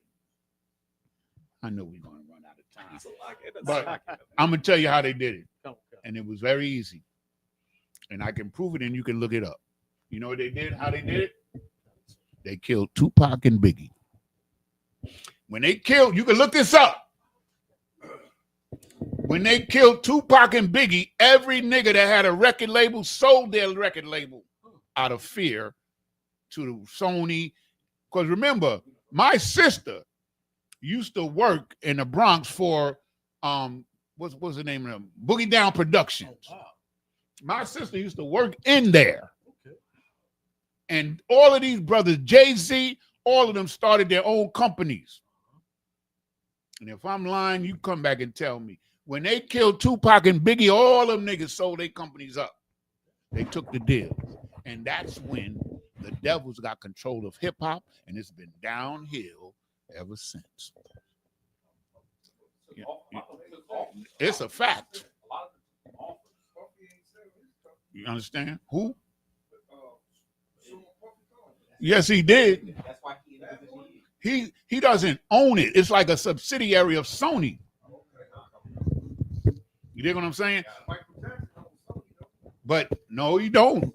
Sony owned Michael Jackson. No, he bought no. He bought their what they call it? Yeah, that's it. That don't mean you own the company. You mean that means that you profit off of every if you sell yeah, you get a percentage. Yeah, but you know, Sony owned the company. And when Michael Jackson was killed, in my estimation, they got all of that back. And guess who's gonna inherit Michael Jackson's wealth? The Edomites. That's right. Was Michael Jackson's mother. I love her, man. She put up a good fight, but she did not win. That's the whole point. Why do you think that they sick those white women on those NBA players? Why do you think they promote the LGBTQ? I love basketball. And I was watching the game last night between Las Vegas and who was it? Indiana, the WNBA. And like they all gay. Like it was a sister, I forget her name. A couple of years ago, she came out and she said she quit basketball. She was one of the best players because she was heterosexual. It might have been Maya Moore. I don't.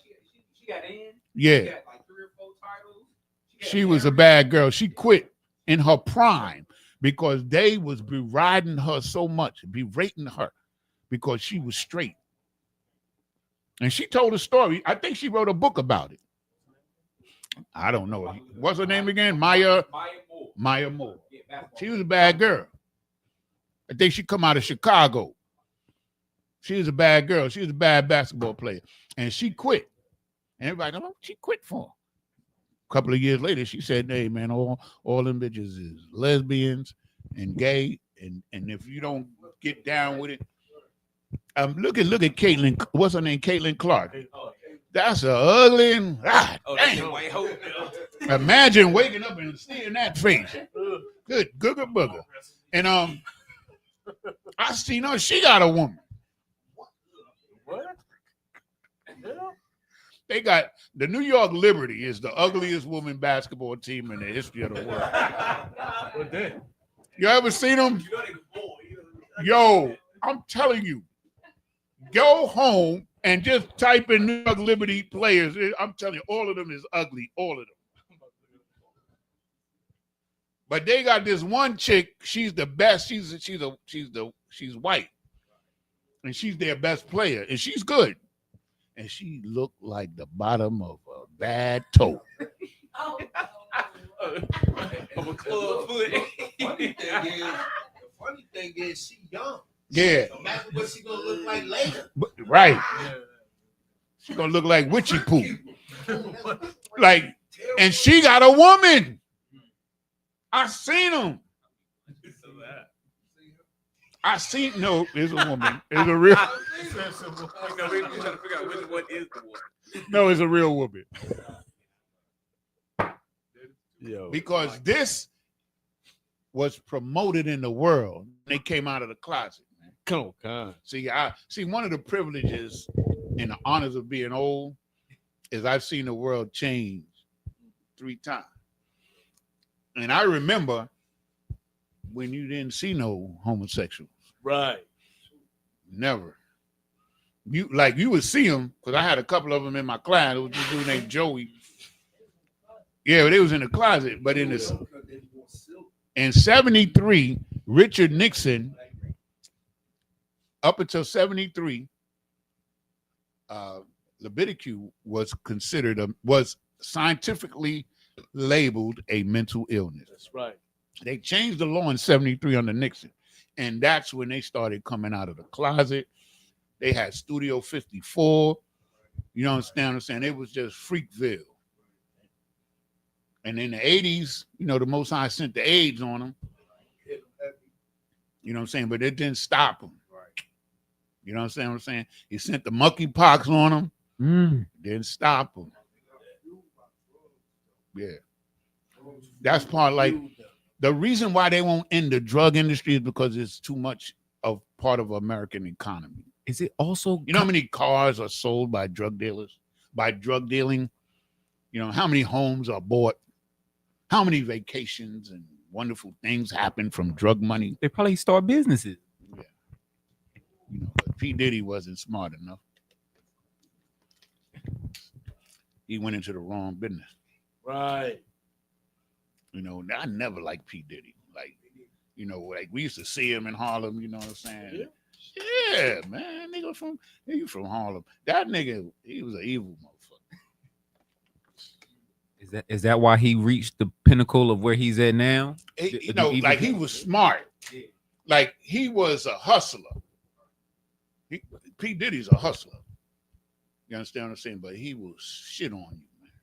That's turn your back. And so, like, that's what I mean. I feel like only the people who are up high at a level in this society, they will do the same thing. They don't have That's no how issue. you get there. Yeah, right.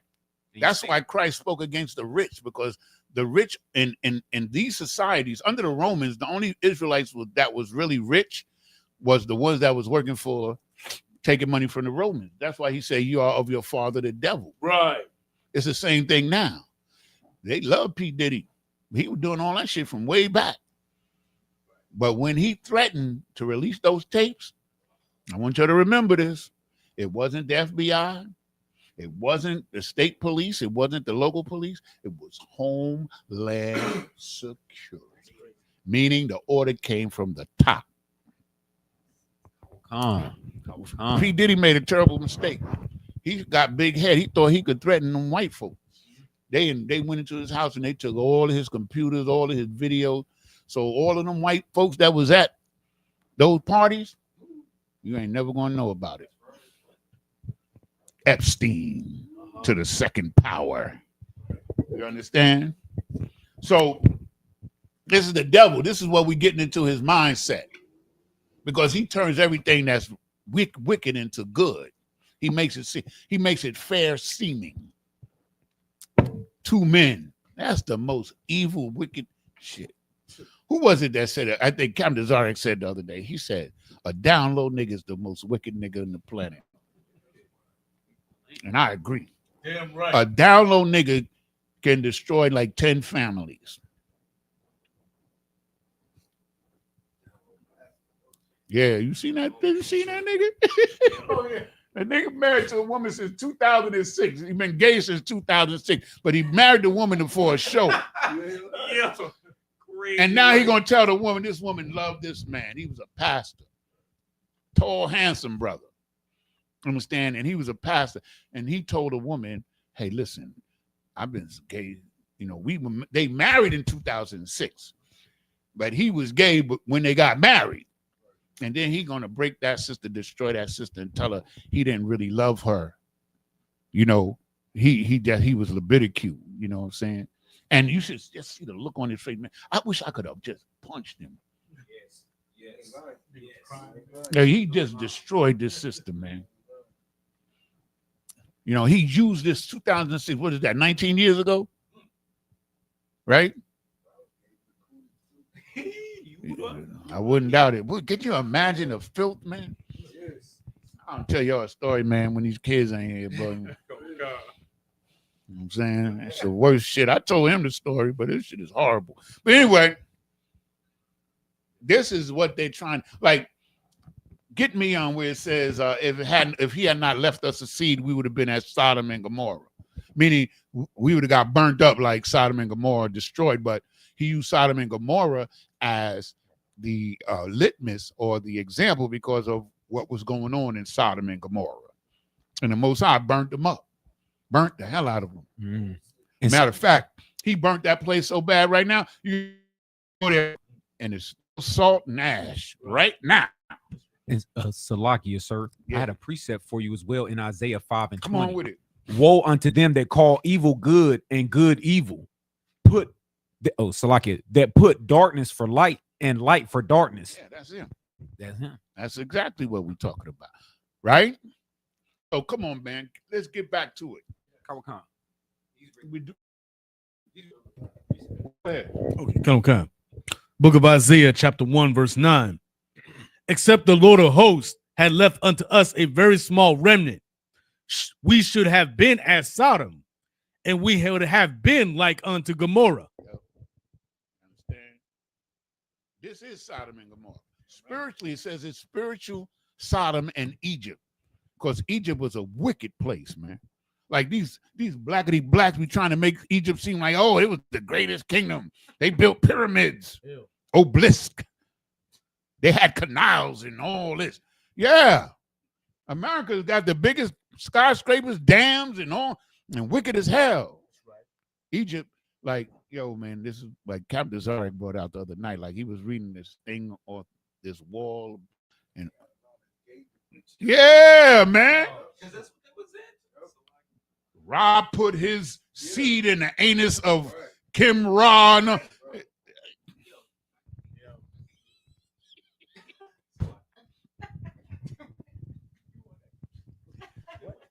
That's real talk, yo. Listen, come on, we're gonna get it. It's getting late. We done broke the fast. Brothers and sisters is hungry. I ain't get a chance to eat all this good, delicious food, which will not go to waste. Trust and believe. That's right.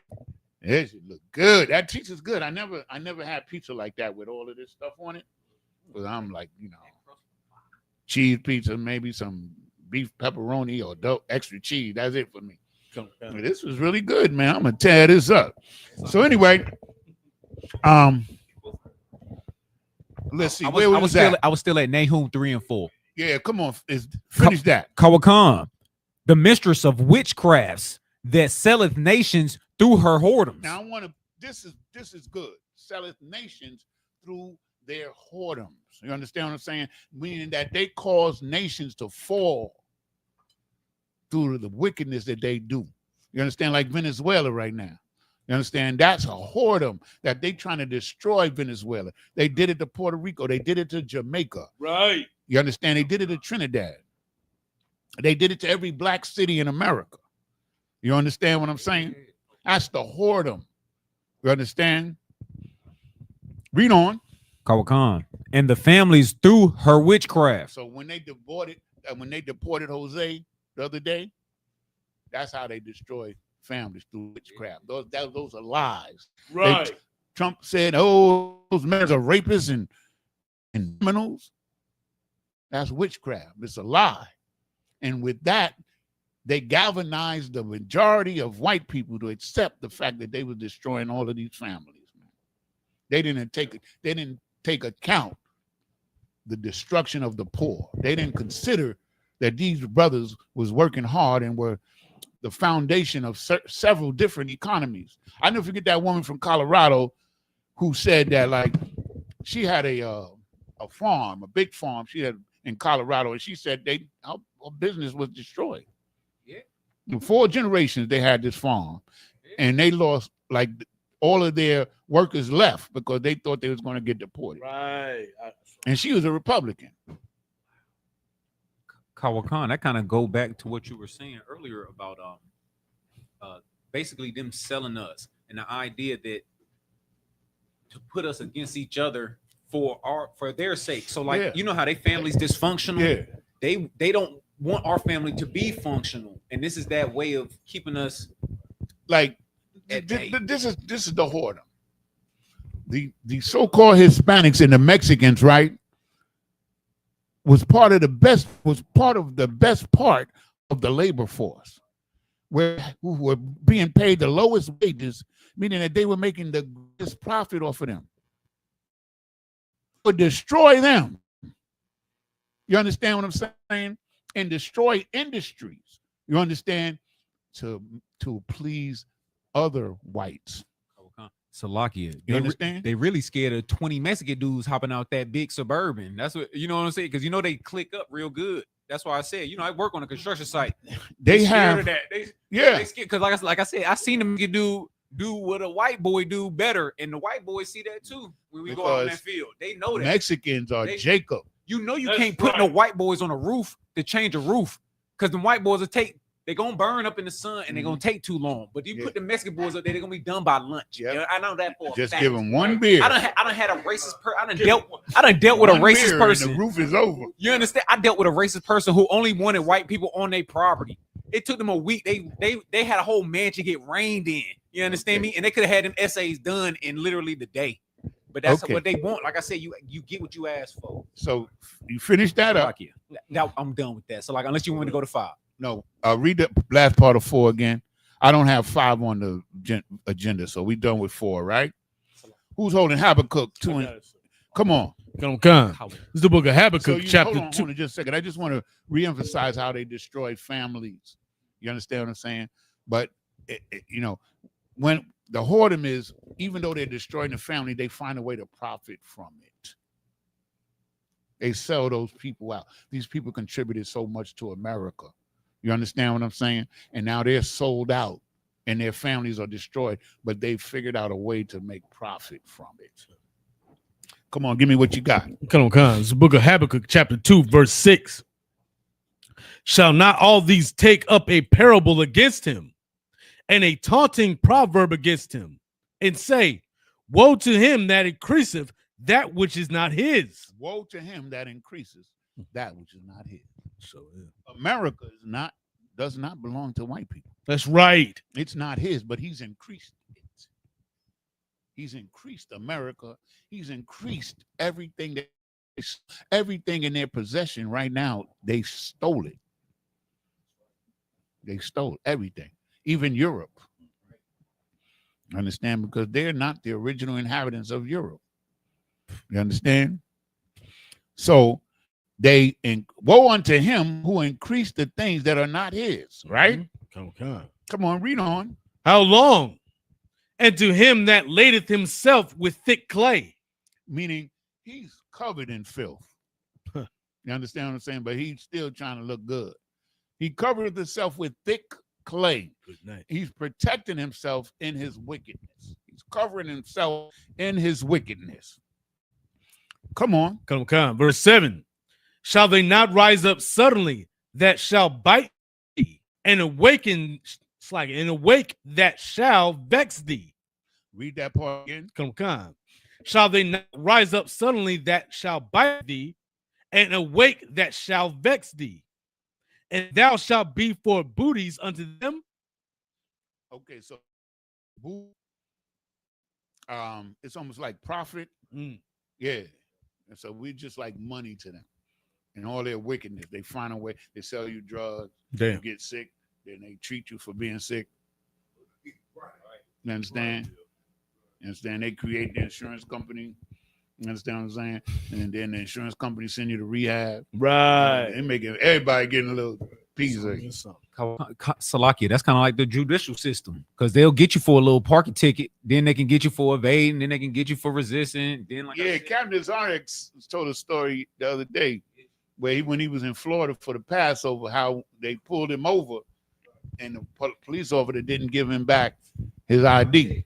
And he had to search around to get his ID because that was going to give them another reason to go at them.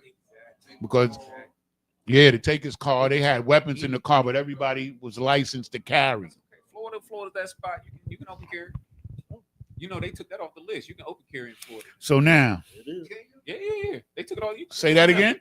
You can open carry in Florida now. It's an open carry state now. They took it off the list. But if you're from out of state, you better have a permit.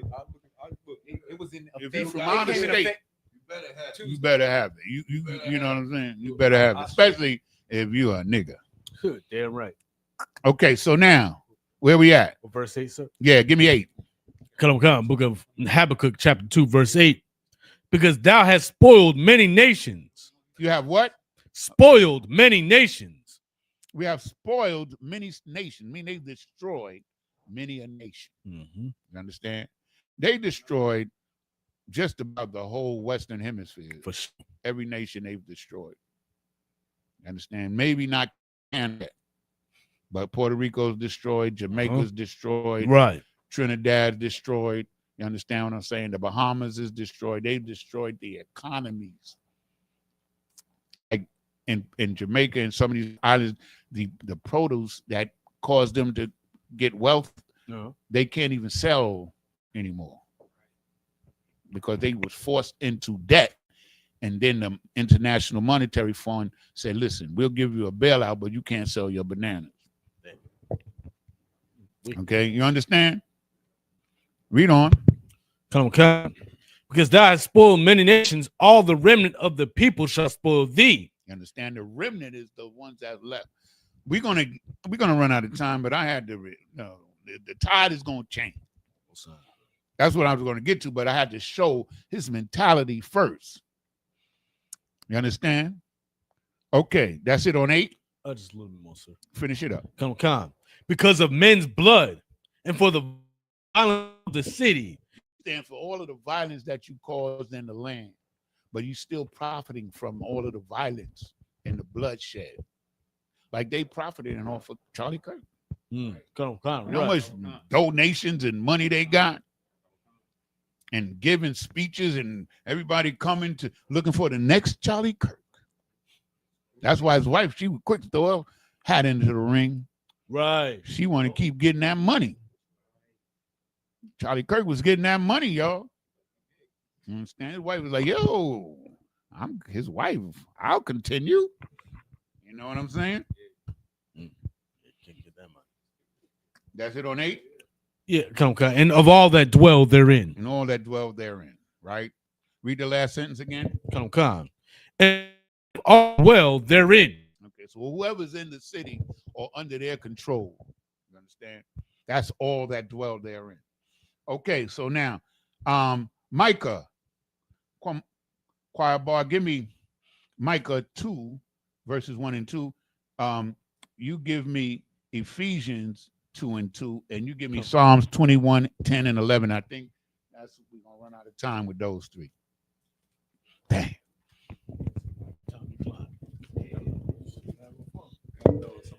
I have some good shit coming up, y'all. You know what I'm saying?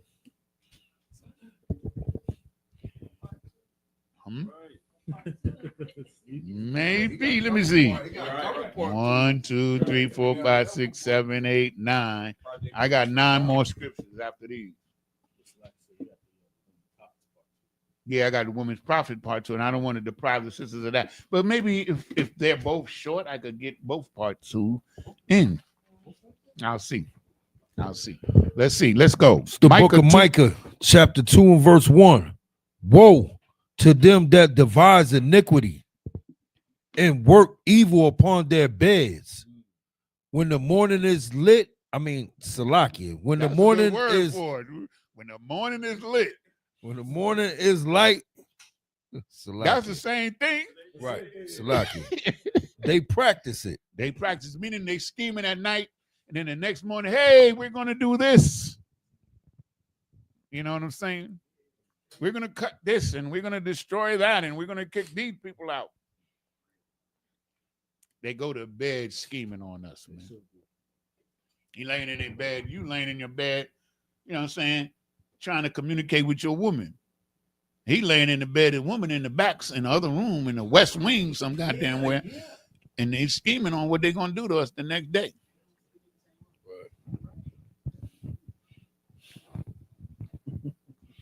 Man, this devil is too much, man. But see, the blessing is the Most High gives us this. So we know who the devil is. Come on, brother, read on.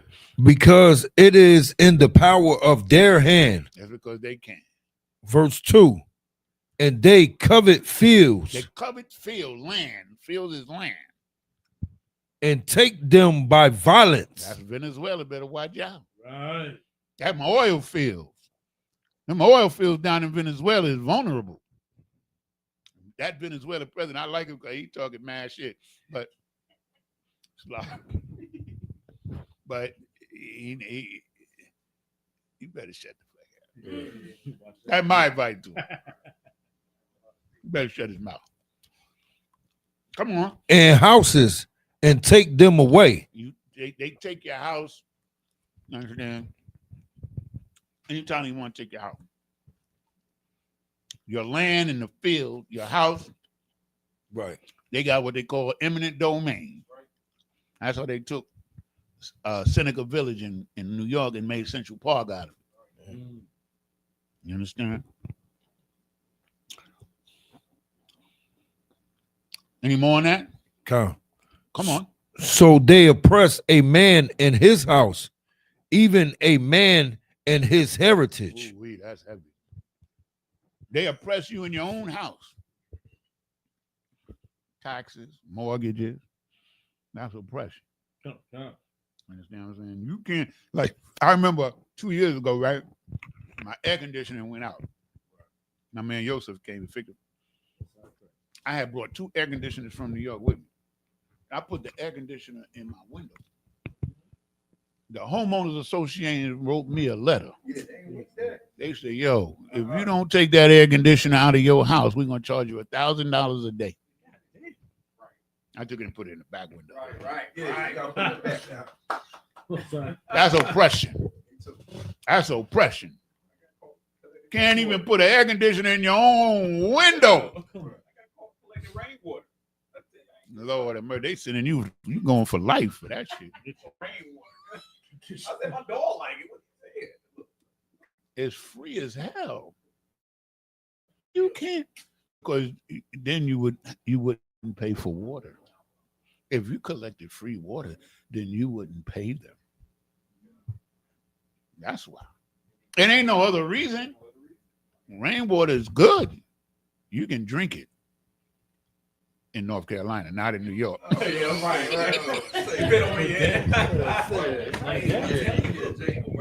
It might be something in the rainwater, y'all. Okay. Now it all dissipates into fine particles, and then it reconnects into raindrops, and it's pure good water for the most part. Okay. Any more on that? That was Micah 1 and 2, right?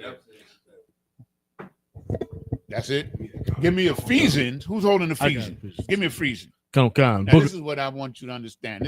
This kind of like, when I got the breakdown on this, it was really an eye opener. Right. Read. Come. It's the book of Ephesians, chapter 2, verse 2. Wherein time past you walked according to the course of this world. You understand? Matter in the past time, you should, of course, walk according to the wickedness of this world. We operated under the wickedness of this world. Read. According to the prince of the power of the air. Now is according to the prince of the power of the air. What is the air? Media, radio, right, television. You understand? That's the power of the air. That's where the wickedness is coming from. It's the air, the airwaves. And who controls the airwaves? The devil. The devil. That's right. Remember, what's his name? Jimmy Kimmel. He said something that was that's a normal joke. I watched what he said. It wasn't nothing special about it. You understand? But they suspended him because the guy who runs the FCC, the Federal Communication Commission, is Trump's buddy. Oh. And what they want to do is control the airwaves so that you cannot be in opposition against them. Okay, do they want to take away the First Amendment? I hear that a lot. Or freedom of speech. Excuse me, freedom of speech. Yeah, he was right. Yeah, they want to take it away. Like when I said that Trump, I want you to Google this. Trump, the picture of Trump in the office with MAGA Trump 2028. What that means is, see all of this military and have the military come into the hood and have the military. He said yesterday he wants the military to use the cities as training program. So he's going to create an environment because according to the law, if we have a domestic war or domestic violence or a foreign war, he doesn't have to leave. That's what he's setting up. You see it? Trump, MAGA hat, Trump 28. I guarantee it's gonna come up. You see the hat? That's all you need to see. It's on his desk. He put it there for it to be seen. No. He reaching, he plotting. Hey, listen, if Trump was out of office, you know how many crimes they're going to charge him with? You think Trump is bringing criminal activity? If Trump wasn't, Trump knows that his only salvation is to stay in power. He knows Right. it. So like you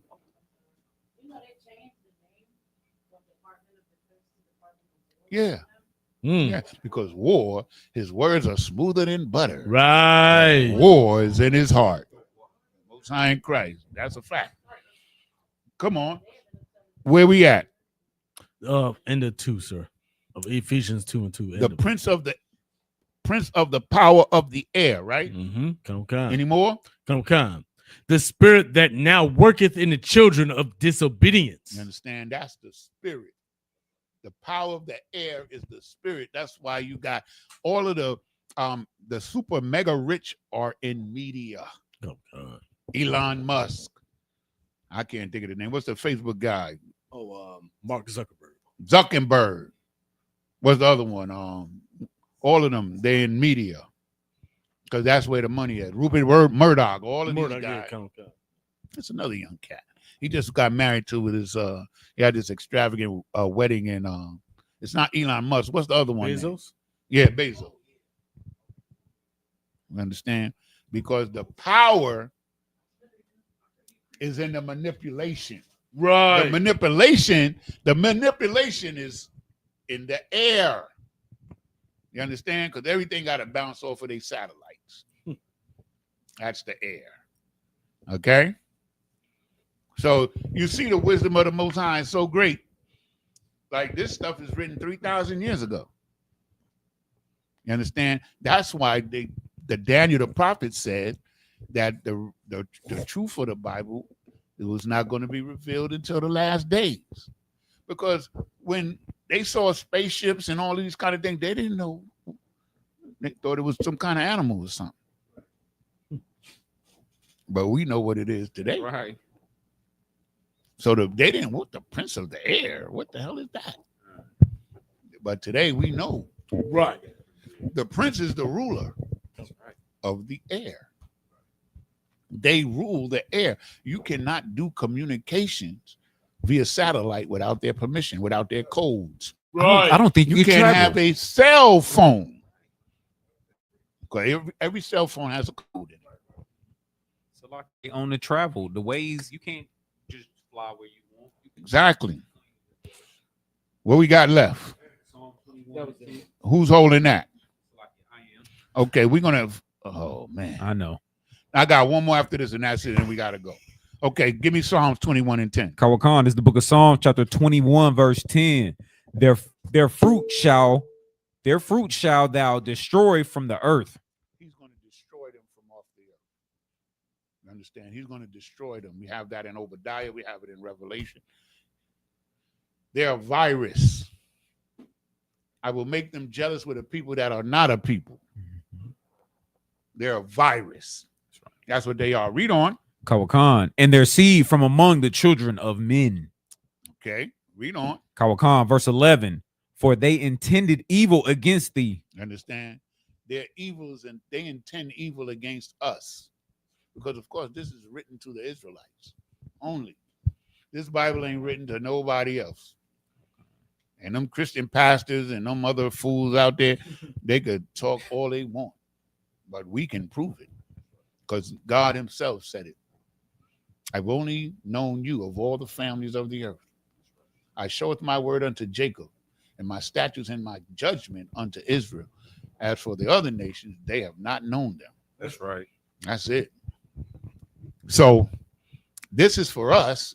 It's our job as priests and prophets of the Lord to interpret this. That's why we have these classes. You understand? We all came in this class thinking we knew some shit and didn't know nothing, especially me. Especially me. I put myself at the head of the class in that category. Okay. For they intend mischief against thee. So I think we was talking about it earlier, how why is it us? Why are they always going after us? This is why. Because we're the greatest. You understand what I'm saying? They got to knock us off. They knock us off, they got it. However, come on. Give me, that's it on that? They imagine a mischievous device which they are not able to perform. And this breakdown device is a plan, a plot. Because we already talked about all of the other devices, but they have an overall plot against us. You understand? To destroy us. You understand what I'm saying? So, give me, I'm going to do like Captain Nasta. So, give me Isaiah 3:15. And somebody, Choir Bar, you give me Isaiah 3:15. Choir Bar, you give me Ezekiel 35:5-6, and I'm that's definitely gonna be the last one. Hey, you know, my favorite people in the class is the young people. You know what I'm saying? Because I know how they absorb information. Sometimes you don't think they're absorbing information, but they learn faster than us. Right. You understand what I'm saying? So we dropping seeds for these young brothers because they're going to be the warriors of the future. Right. You understand what I'm saying? We ain't got that much time there for y'all. These devils, once the man of perdition is revealed, you understand what I'm saying? We near the end. Very near. Come on. Who's doing Isaiah? You doing Isaiah, right? 3 and 5. 3:15. Oh, come on, sir. Book of Isaiah, chapter 3, verse 15. What mean ye that ye beat my people to pieces and grind the faces of the poor, saith the Lord power of hosts. You understand? What the hell is up with you that you always trying to destroy my people? Right. Are we just talking about? We're the targets. You understand? Oh, we're the targets of everything. Come on. It's the Most High said, what mean ye? What the hell does you mean that you always want to destroy my people? What mean ye that ye beat my people to pieces, man? That's the Most High saying that. Ain't Yana ain't say it. Commanding Junior Honor didn't say it. Christ didn't say it. This is the Most High. That's right. What mean ye? Read it again. Come on. What mean ye that ye beat my people to pieces? That's their plan.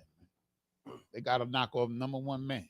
Uh-huh. You know, when Jordan was the man, you had to knock off Jordan to get to the title. You understand? To be number one, you got to knock off LeBron or whoever you think is number one. Mm-hmm. You understand? They wanted to be Doncic. Wasn't it Luka Doncic? Doncic.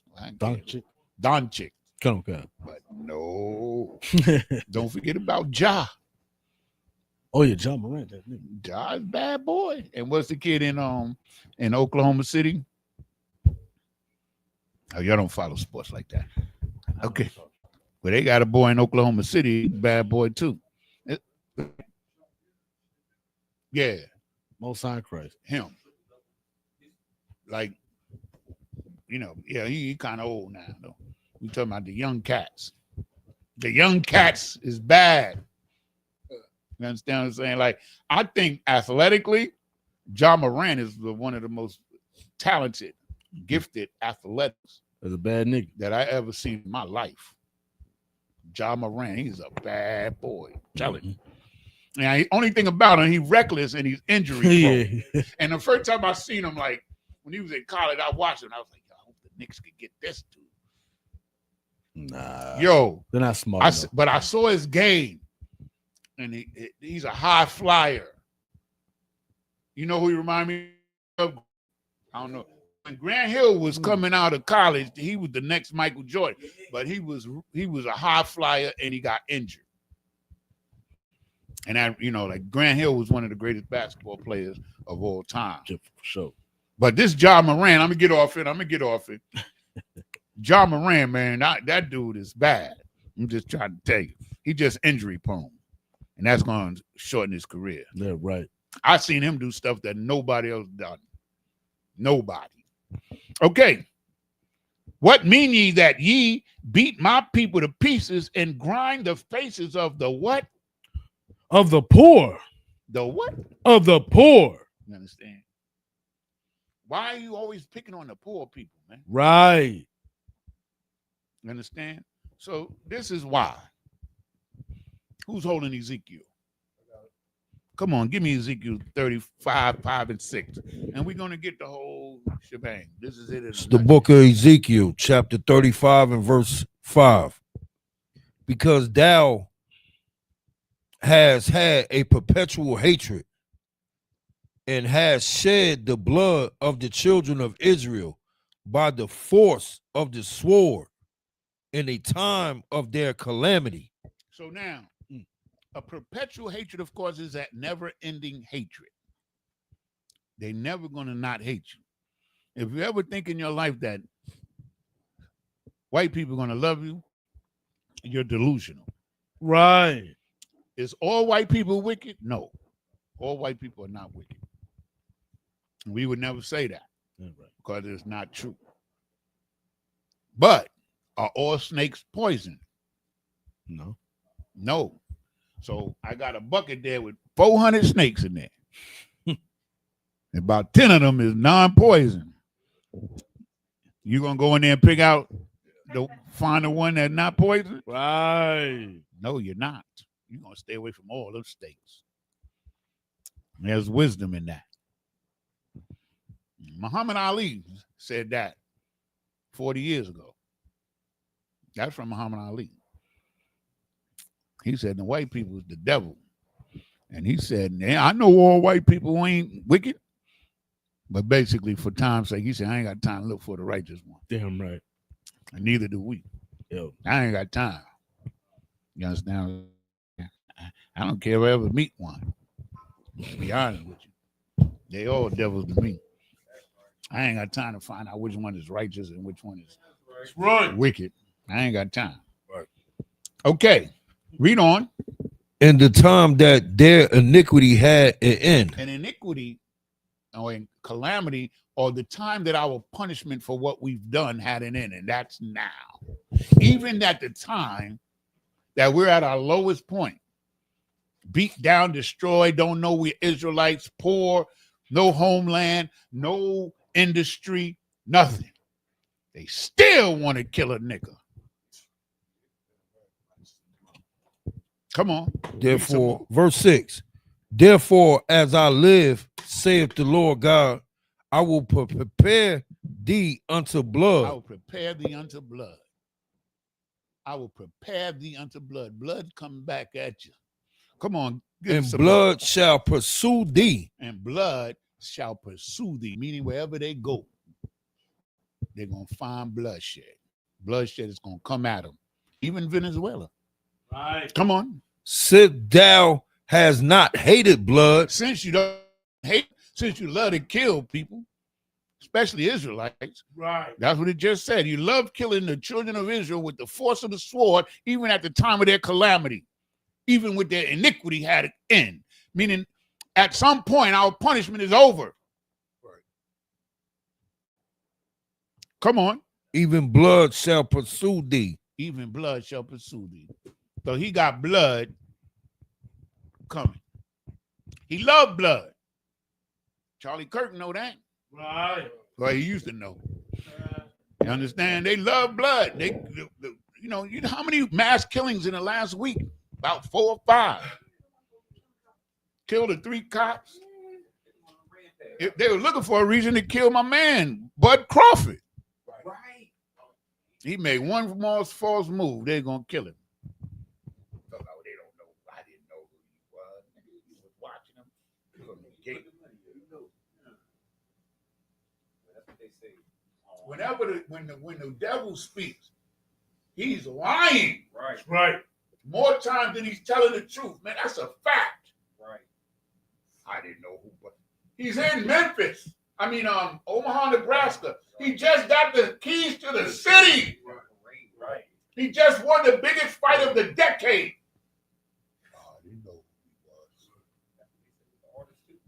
who he was. Man,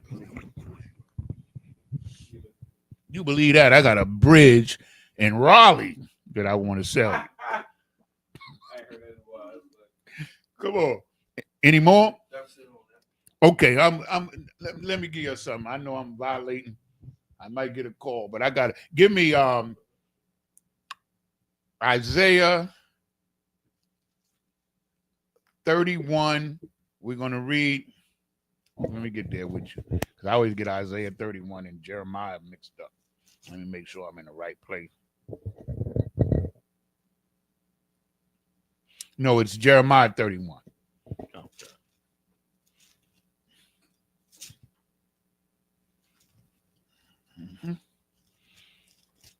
And we're going to start at verse.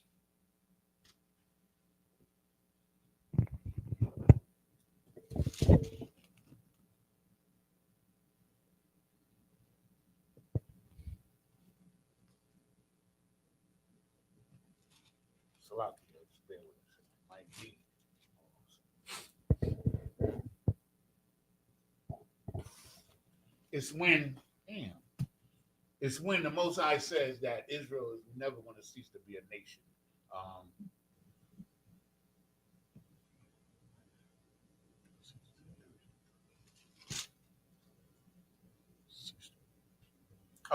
Okay, I'm sorry. It's Jeremiah 31. We're going to start at verse 35. Marshall, I want you to read this for me. Yeah, we're going to read 35 to 37. And I just want you to understand this because it looks like because the power that they have in a position that we're in of weakness, it doesn't look good for us in the world. We are not in the world. Come on, check this out. This how bad the Most High, great the Most High love us. Just check this out right here. Come on. The book of Jeremiah, chapter 31, verse 35. Thus saith the Lord, which giveth the sun for a light by day, and the ordinance of the moon, and of the stars of a light by night, which divideth the sea when the waves therefore roar. The Lord of hosts is his name. So this is the Most High telling you the function of the sun, moon, and the stars, that they have a function. They cause the waves to move back and forth according to their gravitational pull on the earth. This is science. You understand? But he's saying this for a reason, and we're going to get it.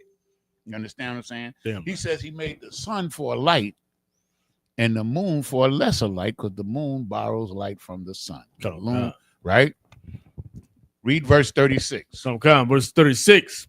If those ordinances depart from before me, saith the Lord, then the seed of Israel also shall cease from being a nation before me forever. So he's saying when the function of the stars of the heavens of the universe cease, then Israel will cease to be a nation. So what are we worried about? Right. Christ said, fear not. You say, the fearful is not going to see the kingdom of heaven. And we all get fearful. But the difference is, unto us was committed the oracles of the Most High God. Damn right. We have this. This is our courage. This is our strength. Without it, we're nothing. We're nothing. You understand? Read 37. Come. Verse 37. Thus saith the Lord, if heaven above can be measured, and the foundations of the earth searched out beneath, I will also cast off all the seed of Israel for all that they have done, saith the Lord. If you could measure the universe, which they trying, They tried, yeah. you know, but they, what billions of dollars, man, they could feed the whole United States with the money they spending out there. Right. You know, if you can measure the heavens and the foundation of the earth searched out beneath it, meaning that if you can find everything under the earth, when you do that, not one, but two, you got to measure the entire universe and you got to find everything that's under the ground, under the earth, which includes the sea. Then when they do that, then we finish. Sure. But they never. They can search until the end of time. They ain't going to do it. You understand? So that's the power of our God. That's how much he loves us. Right. We had to take this ass whipping, man.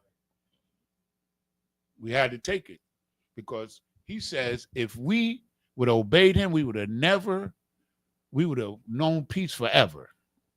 That's in the book of Baruch, chapter 4. I think it's verse 17. He says, if we had obeyed him and listened to him, we would have known peace forever. You understand? So, like, we have children. We all, well, most of us are fathers in there. No, not even most of us. There are a couple of us. There's fathers in there. You know what I'm saying? Whatever discipline is required, the word is required.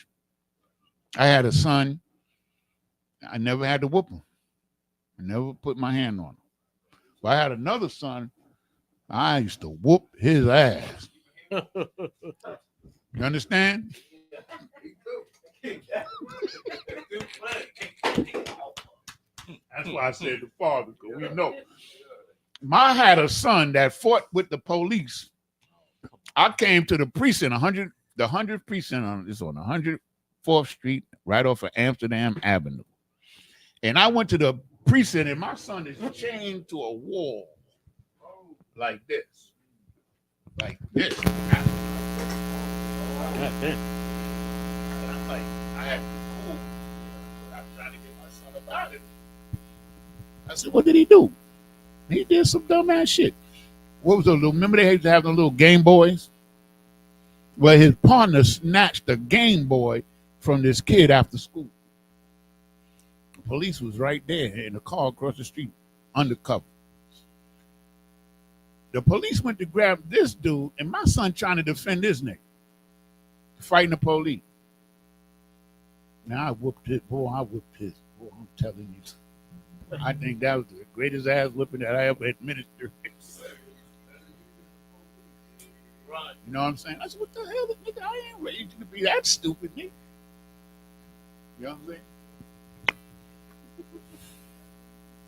That's the Most High. He's a father. All right. That's the moral of the story, man.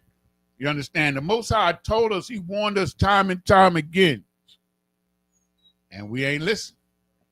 So he pronounced, before he started punishing us, he pronounced the punishment. And this is what convinced me of the truth, is that every punishment that he pronounced against us, he did it. That's right. He told us we was going to be on them slave ships 3,000 years ago. You understand? He told us that we was going to have problems. He told us the fathers were going to leave the children. Right. He told us that these devils was going to be over us. He told us that we was going to be at the bottom of the economic ladder. You understand what I'm saying? He told us that he was going to take our children and destroy them. He told us. It's called Deuteronomy chapter 28.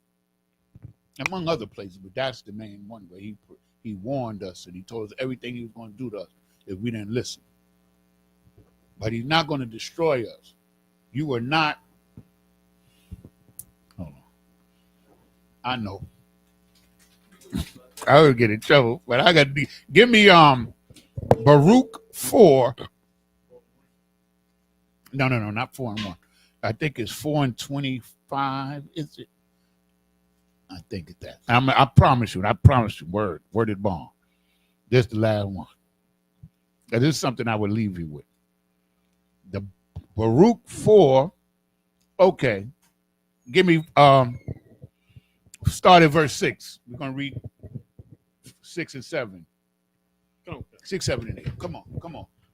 This is it. I know, man. I just want to leave you up with something good. It's the book of Baruch, chapter 4, verse 6. You were sold to the nations, not for your destruction. You wasn't sold to the nations, and I appreciate y'all for hanging.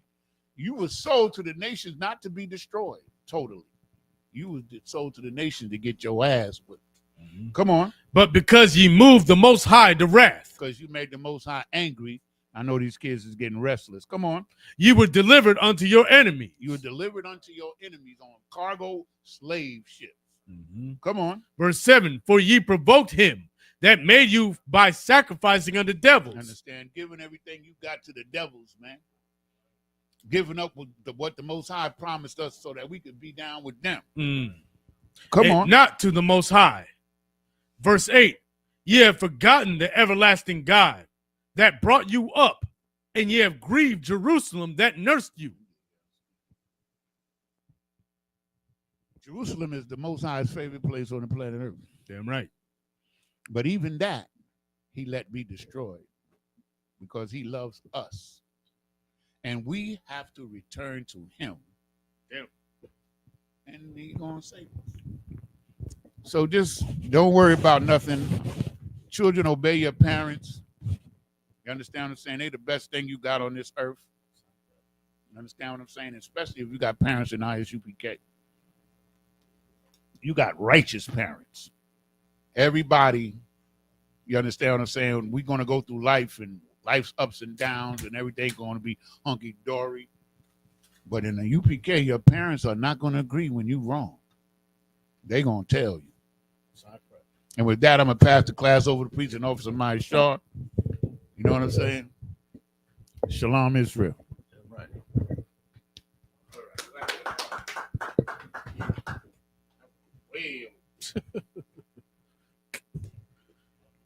We are the ISUPK at 1 West 125th Street, Harlem, New York, under commanding General Yohana. New rules for brothers and sisters.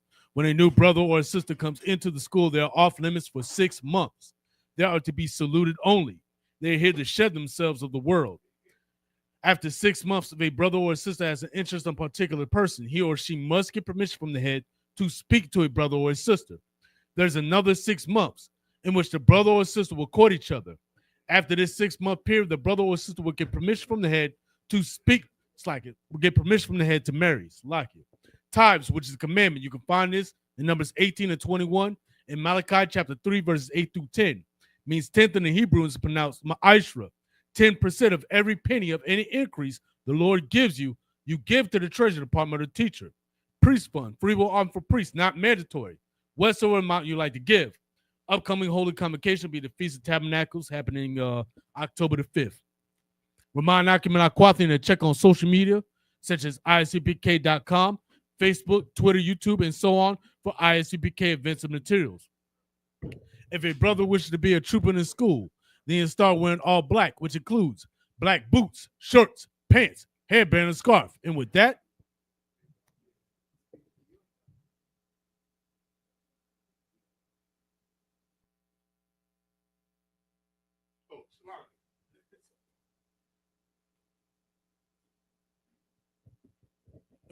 I'm Majim, which means to stand. Sisters, Yashav, which means stay seated. Men of Israel, Sar, turn and face the teacher.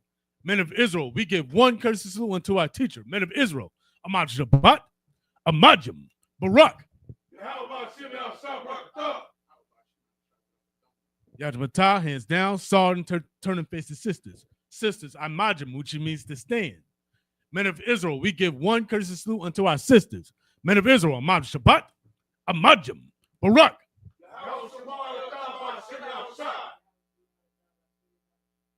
Yajmatah, hands down, class dismissed.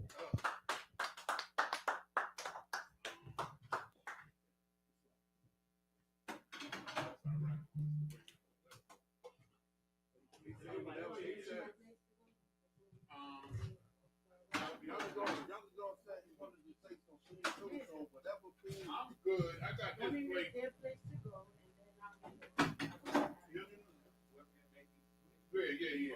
Yeah. We need to make a marketplace. Right. Okay. We got aluminum foil. You? Yeah. I got a plate here.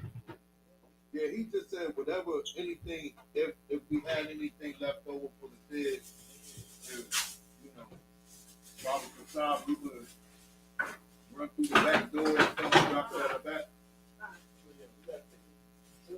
Man, he said it's 4 minutes. That's what he said. He was like, ask Yonador because it's 4 minutes. Dr. Bro, when you just said that, I was like, man, there ain't no damn 4 minutes. They've been saying that for years, brother. It's way more than 4 minutes. Yeah, that's a down south 4 minutes. Yeah. That's what they be lying. Like, yeah, those 4 minutes away, you a farm town. When I first came down there, I was looking for this comic store, right? And the dude said, yo, I was up at Capitol Boulevard up there. And he said, yo, man. I said, I'm looking for this comic store, man. You know where it is? He said, yo, it's down the block. So Being in the counter, that shit was like a mile away. Way down the block. Go down the block and mine down the block. Yeah, Totally different. I never get that. This is what these niggas call down the block. Right. Yeah. South block is a half a mile. At least.